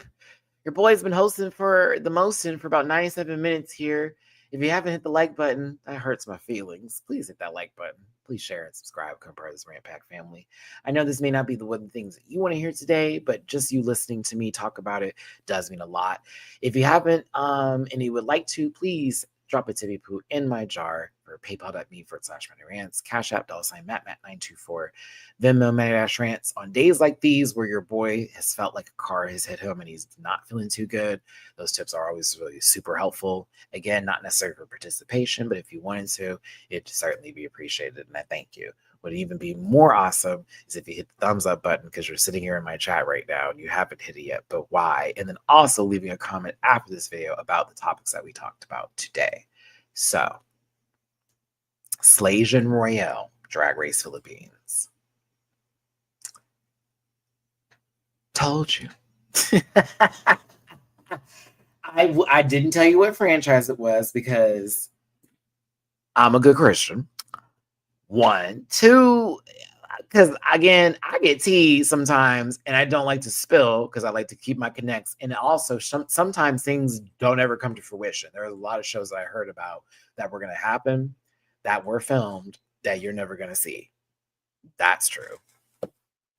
But this one, I knew it was going to go down, but I just didn't know exactly what the format was going to be.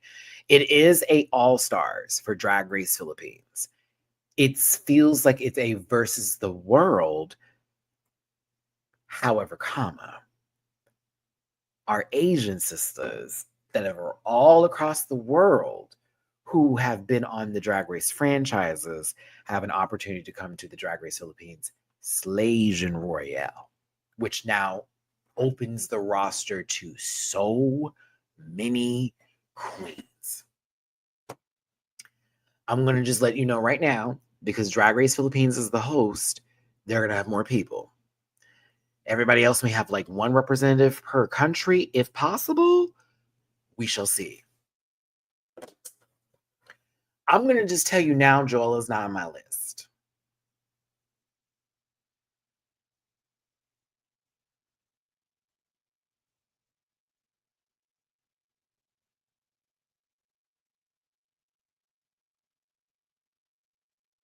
All right. Okay. All right.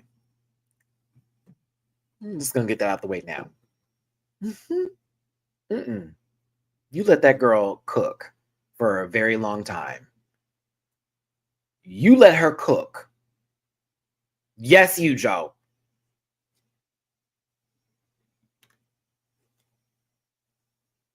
Let that baby cook.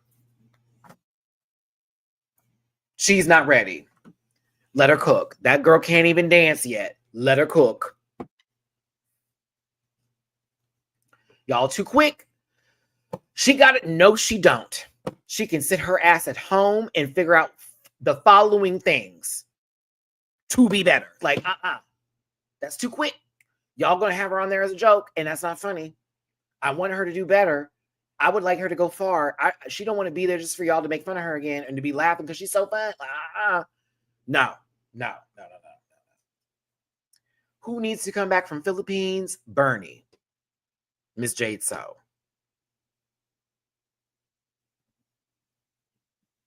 John Fedelaga.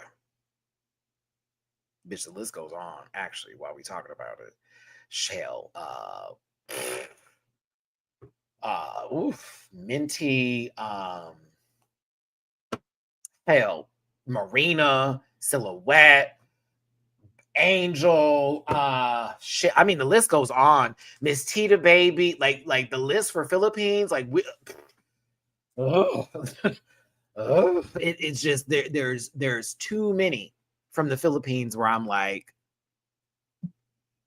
the list goes on. It just keeps going. Like, you could literally invite the entirety of almost all of them, except for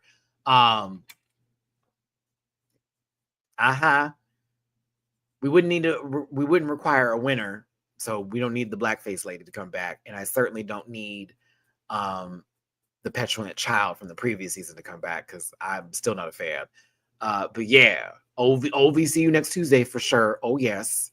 Vinyas, like there's a lot of the girls from the Philippines in general where I'm like, they could just come back. They could have their own all-star season low key, but I am here for the Slajon Royale.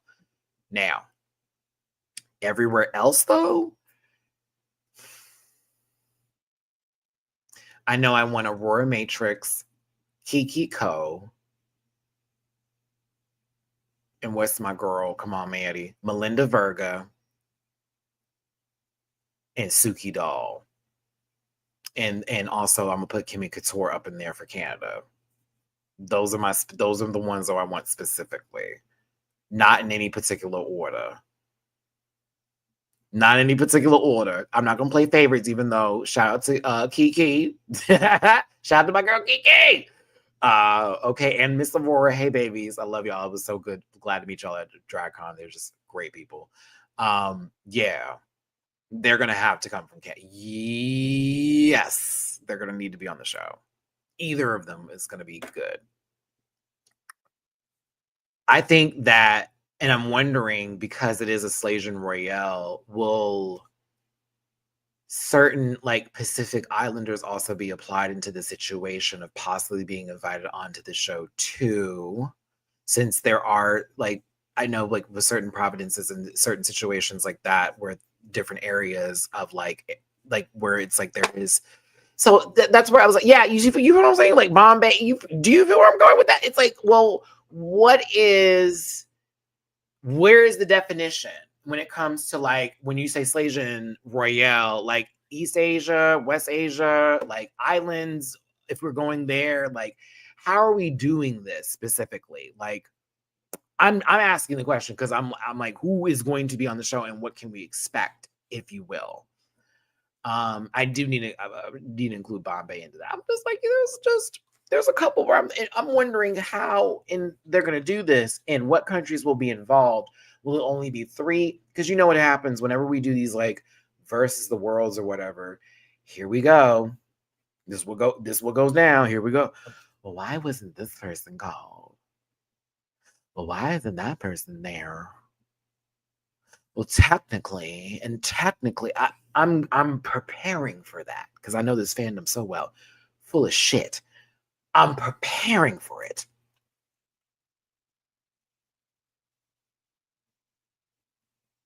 Well, where do we consider? I'm just waiting for it. Well, what do we consider? See, Asia and Oceania makes sense to me, Sarah. That's where I'm like, okay, well, that makes sense. That makes sense to me. But like, I don't know. Right, Priyanka was invited to the Asian Herstory photo shoot, so I have high hopes. See what I'm saying, Kenny? That's what you. That's like having the entire South African cast be all white. Part tired of it. Anywho, yeah, I would like to see what they do in reference to it. I like to see the Drag Race Thailand girls. I want to see the Drag Race Philippine girls. I want to see my Canada sisters, my American sisters. If we got anybody in Down Under that would pop up on there, you feel what I'm saying? Where else we know? Oh, UK, LaPhil, give that baby another opportunity. Okay, not no Canada versus the world. You feel what I'm saying? Like there's people we can like contact that I think would just do very well on a show like this. And I also have the utmost feeling it's going to be an excellent season, regardless of what goes down. I just something in my spirit is like, oh, bitch, this is about to be good. This is about to be very fucking good.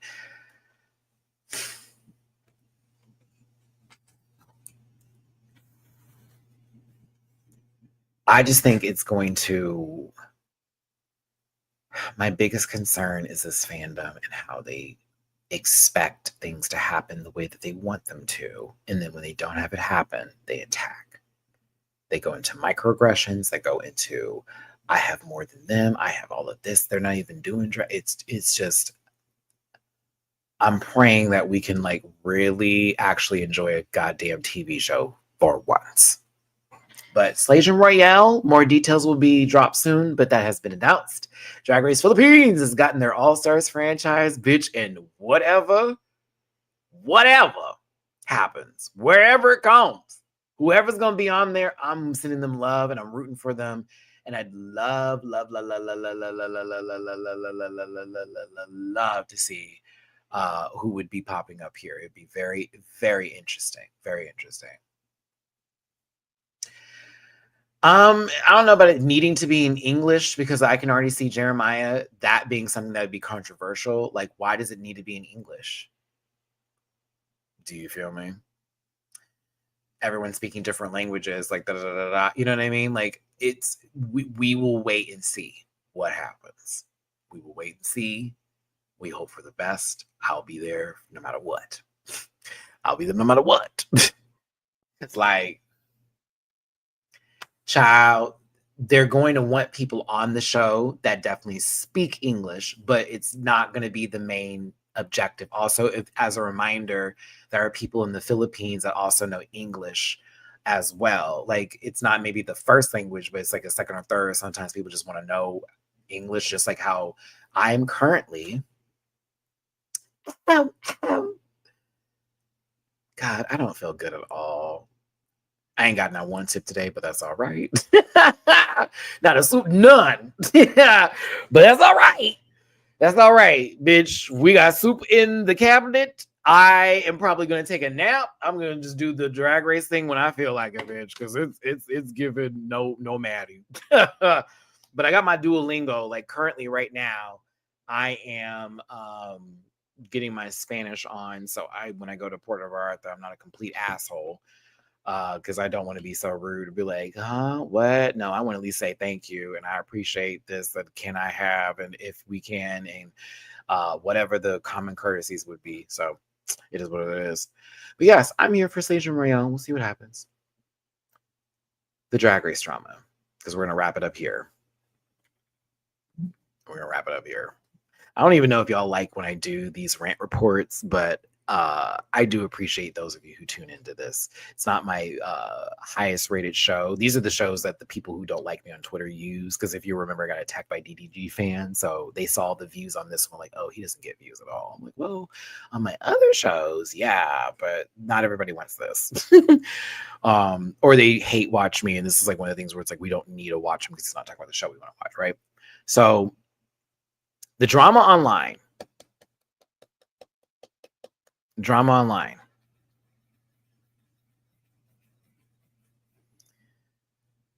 Dear God.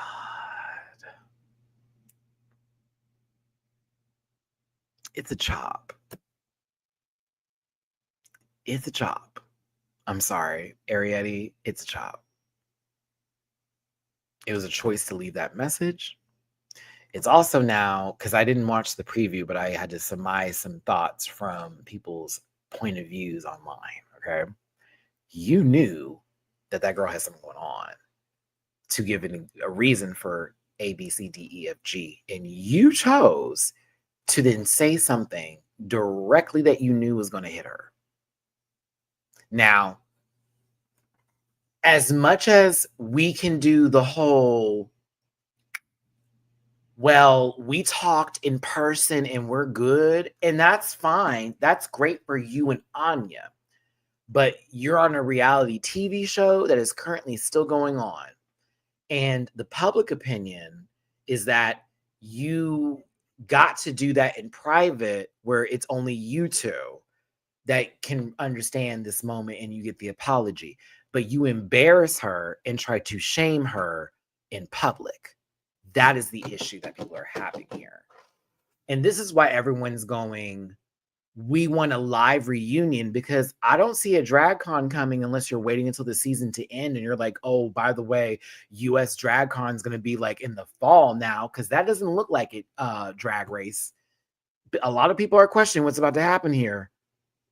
And so you used to have that Bring Back My Girls, which we love, and we enjoyed that show very much. Shout out to T.S. Madison. I still think she should be hosting the reunions and not RuPaul if we do a reunion. Oop. I still think T.S. Madison should host it and not RuPaul. Oh,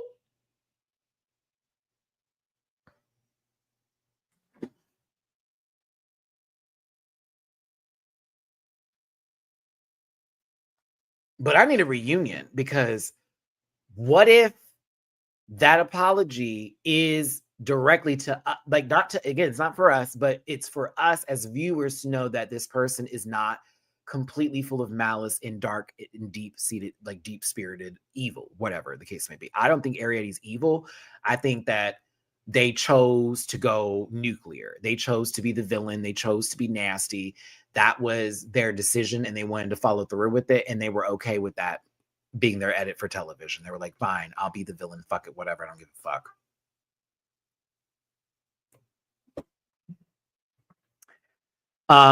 M, thank you so much for the tippy poo. Thank you for the first tippy poo today on Cash App. I appreciate you.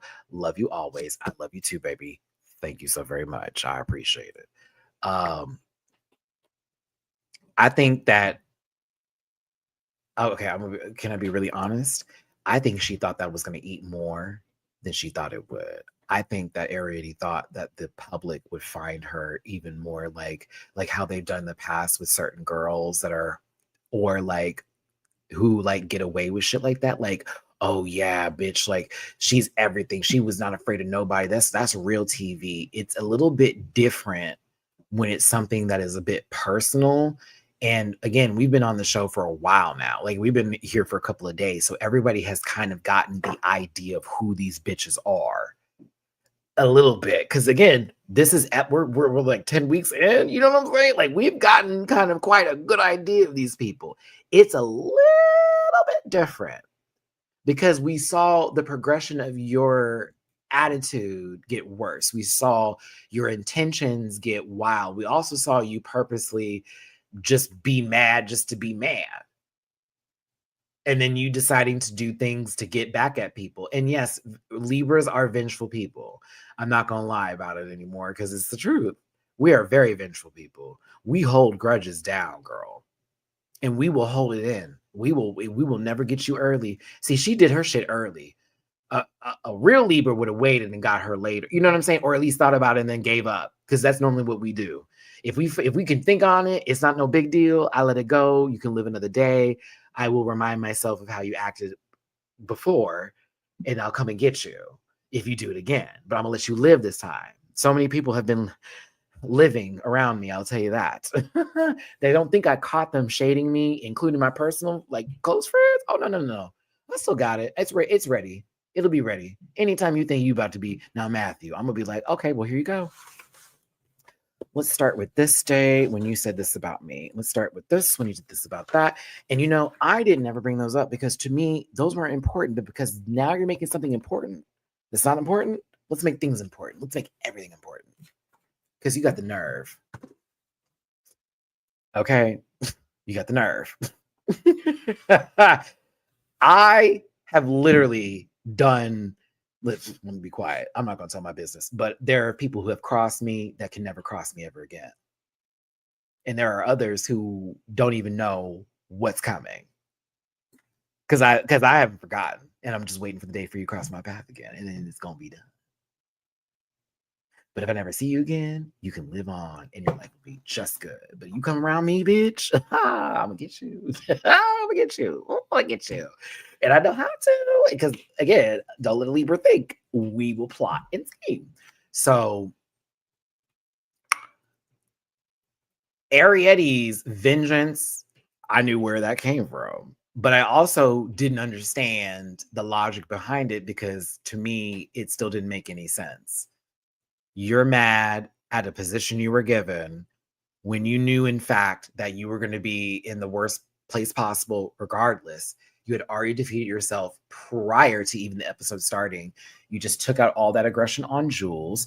When Anya stepped in to defend someone because it was Lexi and you on Jules, Jules was not backing herself up the way it needed to be done, to be honest with you. And we could see Mama was starting to energy going down. You were making that happen because you felt she came for you. And guess what? She wasn't coming for you intentionally. She did put you in a position to make herself feel better. But guess what, bitch? When you win episodes, you do things like that. And Ariette, who is to say that you wouldn't have done the same damn thing had you had won this episode with fashion? Because that's your mark. You wouldn't have put yourself in a position to make yourself look better, like putting yourself before this one or doing that. Come on now. Lexi's whole reasoning was a crash out over another person who had nothing to do with nothing because she got exactly what she wanted. So that's why you saw Lexi let that shit go, because Anya was speaking the fucking truth. And Lexi received it because that's her friend. And it was like, and like Lexi said, I was just mad and wanted her to have a little piece of it. And so she had to come back and take her L on that and apologize. Whereas the other person, it's like, Was that a real apology? Like, I'm sorry, but girl, you pissed me off. Don't listen to the music, friend. Let's just hang out with Kiki. Girl, what? Look, imagine if Jules went home after being told to Kiki and chill out before we go back on the stage. Get the fuck out of here. That's my problem with this. It's that I get your anger and you want to get back at somebody, but when I'm thinking about everything that took place prior to getting there, that was your what was it? Your mimosa cheese, bitch. Your cheese mimosa. Chimosas. Chimichong. That's the bitch. I need a chimichanga right now. High key. Oh my God. A fried burrito with some mole on top and some rice. Back to this math because I'm hungry. It kind of blows my mind you would do that to the ace. That's what it was. You did that to the ace. That didn't make no. That's why the audience is against you. Your girl, who you had, y'all was all that shit. And then when Anya calls you out on it, and she wasn't trying to do it in a way to be like, you're trash. It was to be, come on, y'all. That was wrong. You know it was wrong. You do have feelings. No one's taking that away. But at the end of the day, when we look at this and everybody breaks it down, y'all are tripping, not her. And you're taking it out on her, and it's affecting everything. And then for you to say, stay out of our business, like I said before, you old flat-faced bitch. We're in a goddamn room behind a stage with a wall this big. I know sound is bouncing around. If I can hear your argument, I'm in your argument. That is my rule with my friends and anything. Don't tell me to step out of your shit. Well, shut the fuck up then. Take that to the other room. I don't want to hear that crap. We over here chilling, and now we gotta move so you can argue. No, hoes, take that somewhere else. You go have it right over there, bitch, because I was enjoying my time. Now you've made it my business. Now it's mine, because now I'm having to listen to all this shit. I can make a face, but I can't tell you how I feel. Fuck all that. Shut your ass up, and you stop responding to them. You did nothing wrong. No more apologies from you, Jules. Arietti, what are you going through? Take your L, sister. She didn't even expose you for stealing her jokes, bitch. Really, let's talk about it. And Lexi, you know you tired, girl. I know. It's been a wild ride on this show. But all that, please. You're better than that. You know you puss. Why are you playing like that, girl? Like that would have been me with like stop all that. Like that's stupid. Like you better than that. Come on, bitch. You better than that. Fuck all that shit. But Arietti that would have been a Libra to Libra pull down conversation. And one of my Libra friends will tell you, I'm very good at these get our scales in balance kind of shit. Even when mine are out, I'm like, girl, no, sit the fuck down, and we're gonna have to talk this out because like you think this is going to go in the right direction for you. It's not. Now, this may serve Arietti later for a villain season or for some sort of show that requires like an entity of doing something bad on television. And now they're going to be like that person and that level. But I don't know. I'm not going to send any hate messages to Arietti. I realize that they have been getting some really fucked up shit sent to them, but that's what's happening. I'm not a part of that. I hope the Rant Pack isn't a part of it either. I always encourage y'all not to send hate to nobody because it's, for us, this is a TV show. We keep it there and we sort of have these conversations on the breakdowns, but we don't go into these people's personal lives and get into like that. That's not for us, right? I love that y'all are tipping Anya. Why am I tongue popping so much? I've been doing that a lot this episode. Why? I'm tired. I gotta be tired. I gotta be, because I'm just like, once I'm got my point, I'm like, all right, on to the next thing. And then let me just keep going. Oh, my goodness gracious. Shayla, thank you so much, baby, for the tip people on PayPal. First time here, I'm enjoying your rants. Oh, Shayla. Show me who you are in the chat, Pookie. I'm glad you're enjoying the rants. This is normally what a rant report is. It's me ranting about the shows that we're talking about that are not the weekend shows, and then us talking about some shit that's like related to our kind of live situation, whatever. Even when I go off topic, that's kind of where it goes. It's like, have you ever felt like, do you think this is, and have you, and all that kind of stuff. But God bless you, and hope you're having a wonderful day.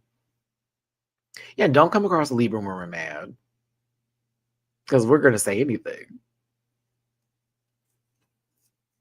If you don't give me time to breathe,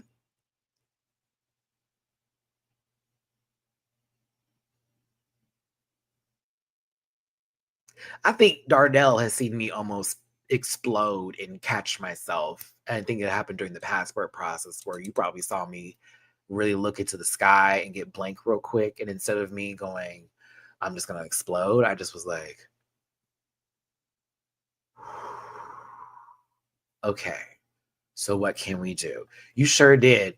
Darnell, if you ever see me do that ever again in public, just touch my shoulder. And if it's like, just be like, Matt, come back. Because that's me contemplating everything. Because I wasn't about to yell at you. I was mad at the situation. And I didn't know what to think at the time. And so now I'm like, what am I supposed to do?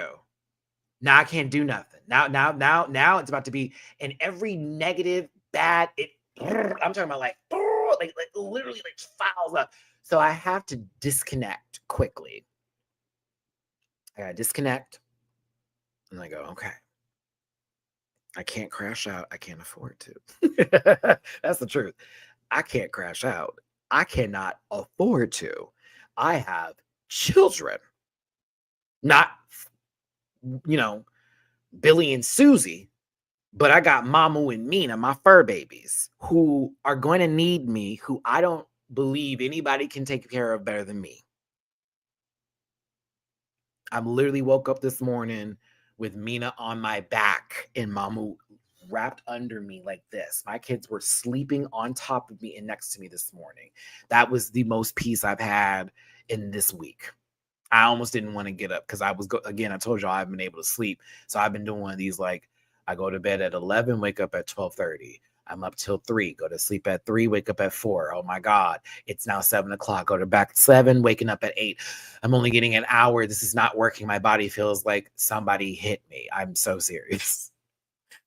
I think I've had a total of 3 hours this evening going in today. So that's why I'm like, hey, I'm gonna try my best to get that reaction for Patreon out tonight. But if you don't see it tonight, it for sure will be up first thing in the morning. I promise. Because like I'm short of breath how tired I am, low key, even with all this talking.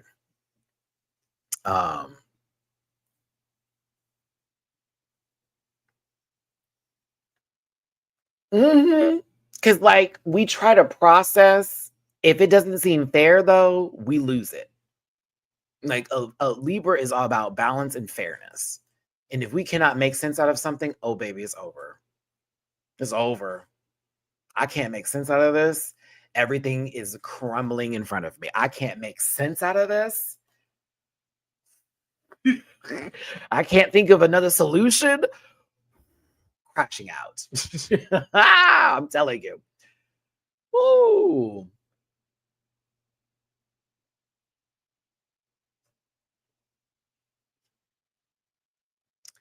I'm not answering that, AJ, because that's not true. The show is already 95% sold out. So there are just news publications that are out there looking for people who want to see her fail in the gotcha scheme of it, that are also appealing to people that don't like her or don't like things that happen to people that are well done. So the show is literally at 95% all sold out, if you will. There's not that many tickets that are left. People are talking about greed when someone just released an album recently, and I guess that's not greedy.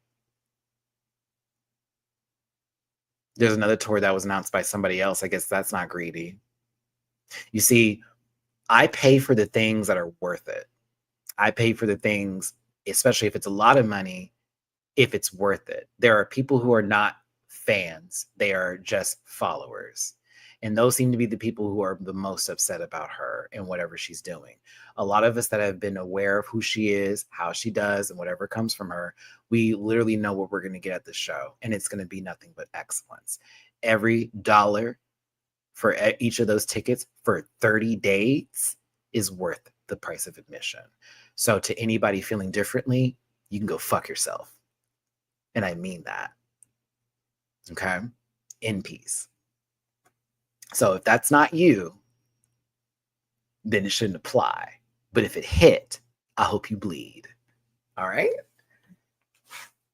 I want that to be very clear, because when I tell you, I give not one single fuck about the stands' opinions on my artists anymore. I have given up. I've given up entertaining conversations like that. It does not bring me joy. It does not bring me anything. It is a whirlpool of hate. And the conversation around that is coming from not credible sources of media. And I've already seen them. Trust me, I've already done the rabbit hole of Twitter. So closing the door on that.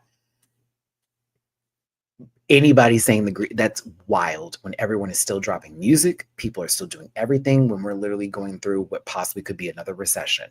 I don't want to hear it. You got someone dropping 30 different versions of an album. I don't want to hear it.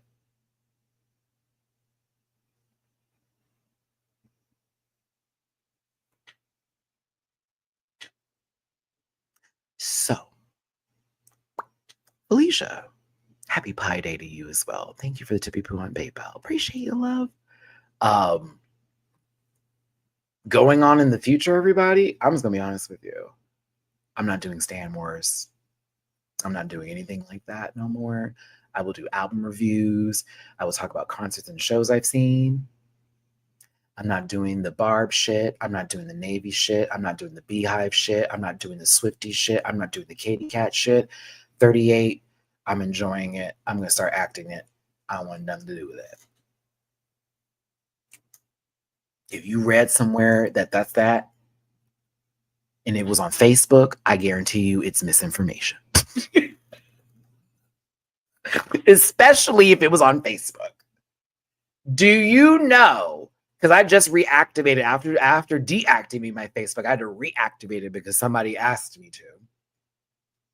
The first thing I see, and the reason why I deactivated Facebook is because I was getting ads that I had no idea why they were there, and I was being shown in suggestions these blog pages, and that Beyonce shit popped up on me, and I saw the article, and then I went to the article and was like, this is a gossip site.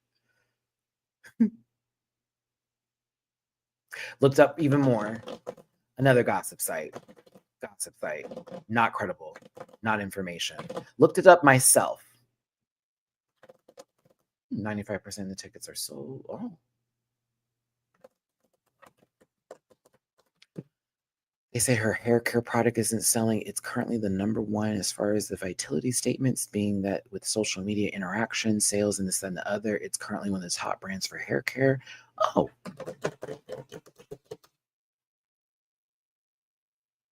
So I don't engage with that anymore. I don't need to. If I want to see an artist, I'm going to go see them, watch their music. I'm going to enjoy them, and I'm going to hope for the best. I hate having stand conversations. And I hate when people bring anybody that I like to me and want to do the whole, she's... I don't want it anymore.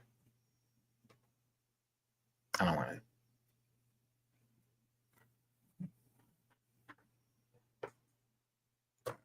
Just like how I'm not going to tell you that Taylor Swift sucks anymore, or that I don't like Tate McRae.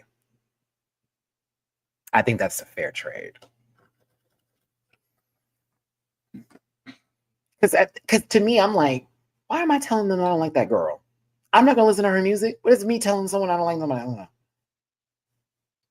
Now, if you bring her up in a conversation like, oh, okay, well, she's better than B, then I'm going to have to sting. But like, I had to say sting.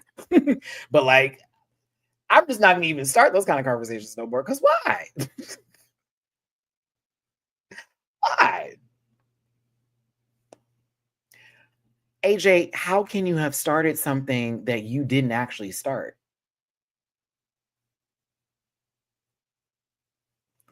I'm just expressing how I feel.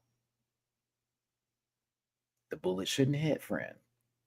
And again, it wasn't an article. It was just a little gossip site shit. And I saw what you looked at, though. I literally know the exact thing that you looked at because I saw it this morning. And then when I went and did my own research, I was like, girl, what are they talking about?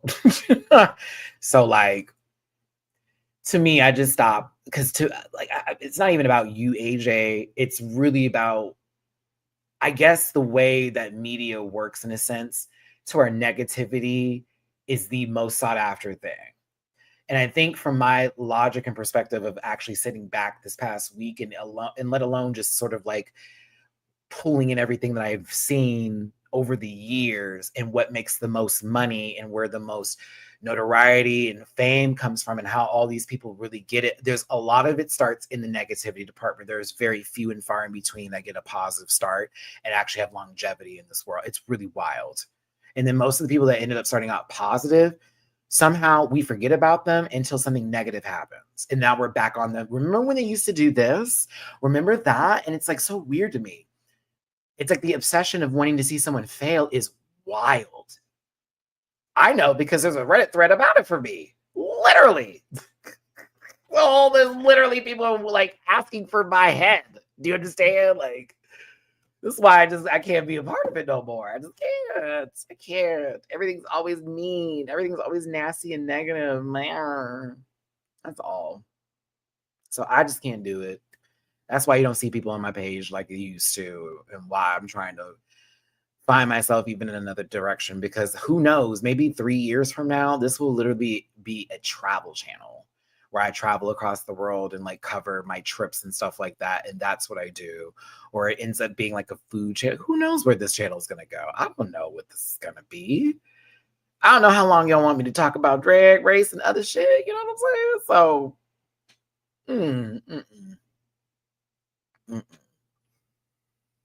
But no, my friend is still trying to get me tickets to that show. So the only reason I want that article to be true is so we can get tickets to that show. That would be my only positive of that article, AJ, is that my friend is trying to get me tickets to go for the June show out here. He may get them, he may not. I'm trying not to have expectations. Every time we talk about it, he brings it up. So I'm like, hey, but I still want to go. And I know what I'm going to get. Because if it's anything like the last concert I've been through from her, I'm like, oh my goodness. But y'all know I also love Cowboy Carter because I have that album has a special place in my heart for a lot of reasons. A lot of songs specifically touched me in my journey currently right now. So I'm like, whew. But we'll see. And if I came off strong, AJ, my apologies. But also, I don't apologize because that is just how I was feeling. But I apologize because I did not mean to directly make you feel any kind of way if that made you feel any way. But I don't apologize because those were my words and that's how I felt. I said on Twitter I'd stop apologizing, but I was like, I feel AJ in my heart and I want to give a hug, but I also want to be like, but I said what I said. It's not about you. It's about the people. But I say what I said. Not about you. But the people. Can't stand folks. I'm like, do I have anything else? Drag House Rules. I am not watching. I'm not watching. It's another app. It's another password. It's another $5. It's another $7.99. Not watching. I do see the clips online, though. I do see the clips online. To me, it's giving scripted, non-scripted, and I'm out. I saw the scene with Silky and Jujubee and the toy. That was a giggle. Bitch Puddin' Any Confessional is amazing because Bitch Puddin's amazing and we love her. And that's my baby and I love them. That's my Libra sister. I love her now. Bitch Puddin's a Libra now. As you can see, every Libra ain't the same. Just like every Taurus ain't the same. I know that because Dooley exists. Terrible. What about Invincible? Y'all can have that show. Fuck that show. That and boys can rot, spit, and sit in hell. Girl, I'm not about to see Adam Eve get her ass beat like that. Like, y'all, what is it with y'all liking Invincible? I'm sorry. Like, a bunch of Supermans? No, girl. No, we good. No. Everybody OP. No. The first season was what I saw, Aaron. I saw the first season of Invincible. That was enough. I saw that man beating his child. I was good. Y'all can have that. I think that some of y'all that watch that are... No, I'm not going to say that. I'm almost calling C. Diggy out. This is my C. Diggy shade because he be talking about the show all the time. I'm sorry. I can't get into that. That's my problem, Aaron. There are certain points where I'm like, give me the craziness. And then there are times I go full stop. It's a full stop for me. There's a graping situation with this woman wanting to have some babies with this what? Then the man cheated on his wife with this alien woman. Like, what? I watched Adam Eve get disemboweled, baby. And that's my girl. Because I did watch her series, her little, the spinoff they did. It was so fucking good. I'm sorry. It's a little too much for me, man. And then with the little boy who was almost ripped in half, girl, no, thank you. The tears, the fact they even let them fall on his face, that was disgusting. I'm sorry. To me, it felt like it was to be shown to be like, this is really gruesome. It was almost like it was giving people something to fact to. I'm going to be very real with you. That's why I was like, I don't like this. This is not giving me what I need. But I think that if you're enjoying the show, fucking right. Live and breathe for it. I just don't like anything that feels Supermanish. And once I saw the first season, I'm like, oh, they're damn near indestructible except for some hearing shit. Girl, child. I was just like, girl, no. Like, no, no. I also can't see Mark get his ass whooped every 5 seconds.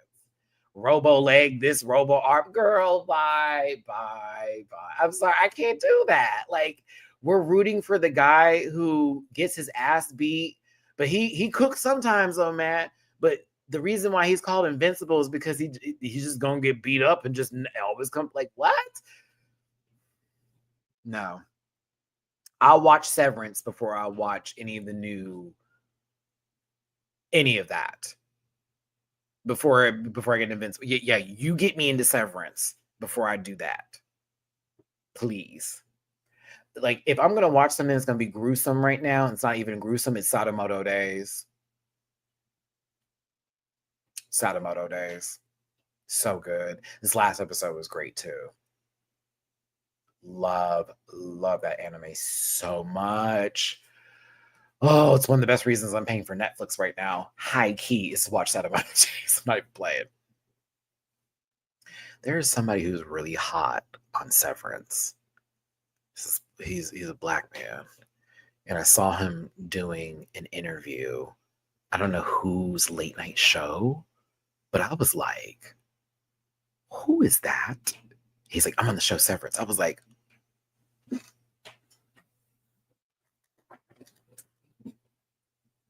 you're on what show? You're on what? You're on what? What program are you on? What program? Excuse me.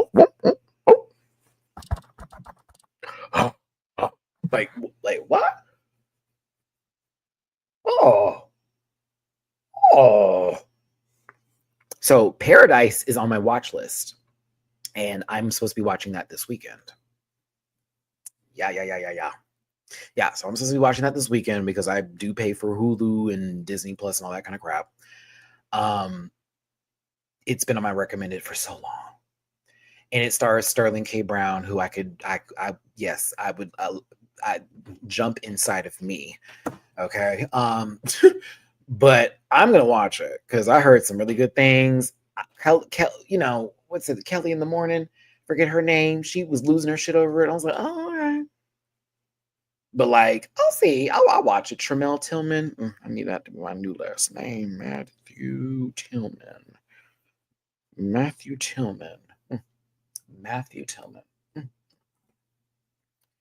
Matthew Tillman has such a nice ring to it. Oh.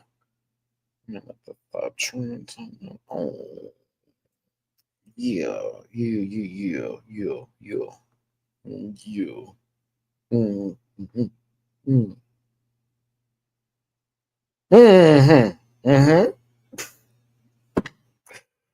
And follow. He looks like this guy I used to talk to back in the day. And that's, I think, why I think I'm so attracted to him. He looks just like this guy I used to talk to, who was a singer. Oh, yes. I was like, oh, I'm watching. Just because of that. I was like, oh, wait, let me get in here. I was like, what's that?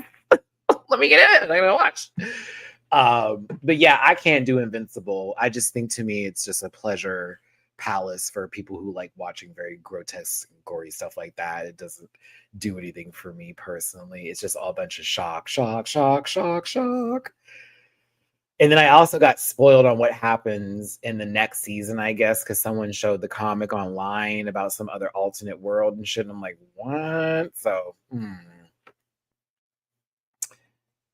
I've been enjoying Severance more than YellowJackets season. Oh my gosh. Well, I definitely need to watch Severance then. So yeah, as a matter of fact, what is today? Today is Friday, Saturday, Sunday. Monday's one of my off days, and I don't have anything planned so far that day. So depending on how many tips I get this weekend when it comes to filming, I will see about an Apple Plus account. Jesus Christ, another fucking account. And that'll be my Patreon Monday video, because I normally do like White Lotus on Mondays, so I'll just do like White Lotus and Severance. So it'll be like the most recent episode of White Lotus, and then it'll be season 1, episode 1 of Severance, because I haven't seen one episode yet. This is gonna be wild. I feel like y'all are gonna take me on some weird ass trip with Severance if I start episode 1, season 1 with you. I feel like y'all are gonna put me on a trip. I'm almost nervous. I'm kind of glad I didn't look anything up about the show. I have just taken y'all's word for it. Like, Matt, you need to watch it. Matt, you need to watch it. So that's just where we're at. But we'll see. I'll give it a go. Give it a go. Okay, y'all, I gotta wrap this up. I've been talking for way too long and I have the biggest headache right now. I thank you so very much for tuning in and being here today. I appreciate y'all down to the get down to the very most. God bless every single one of you. Please take care of yourselves. I will see you tomorrow for RuPaul's Drag Race.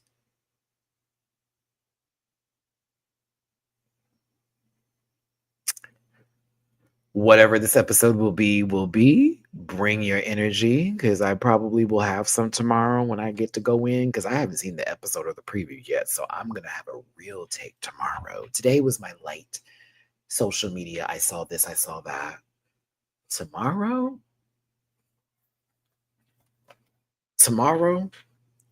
what that really want from a... Oh. No. So yes, tomorrow we're gonna do Drag Race. Hey, Cetera Side. How you doing, my friend? I hope you're doing well. Lovey love. I hope you're doing good. Kissy kiss. Hope all is well with you. We're wrapping this video up, but tomorrow's Drag Race. Get ready for that. I told you how I felt about the whole online stuff. Oof. It's gonna be a rough ride for them. It's gonna be weird. Let's hope for the best for our girls. Y'all remember, don't send hate to anybody that we talked about today. I'll see you tomorrow for Drag Race. I'll see you Sunday for the panel. I'll see you for Severance and the White Lotus on Monday on Patreon. And yeah, we'll get there. So shout out to everybody that tuned in today. I got my passport process. So we're about to be international. Maddie is going to Mexico in May, but I am planning a trip to the UK towards the end of the year, beginning of next year. So if I have any more information on that, I will let you know, but I am trying to plan a trip at the end of the year to go to the United Kingdom.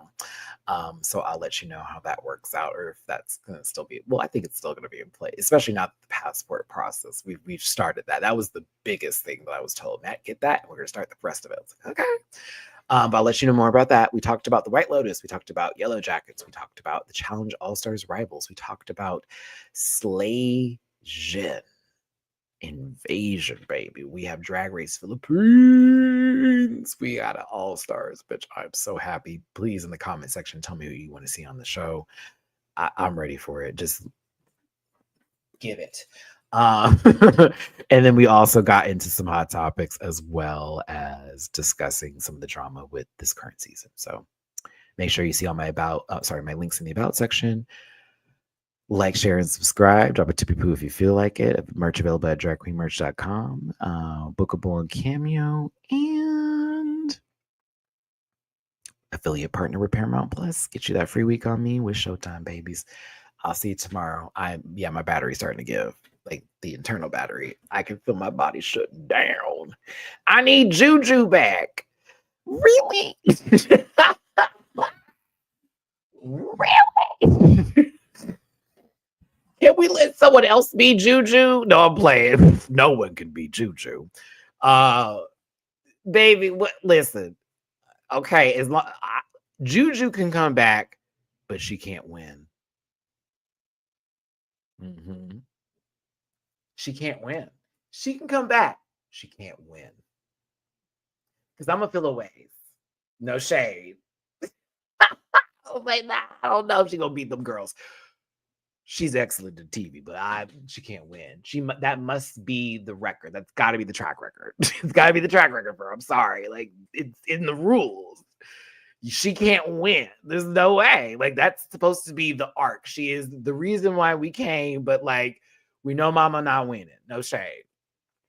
I like for Juju be to win, but it's been and then. So I just so yeah.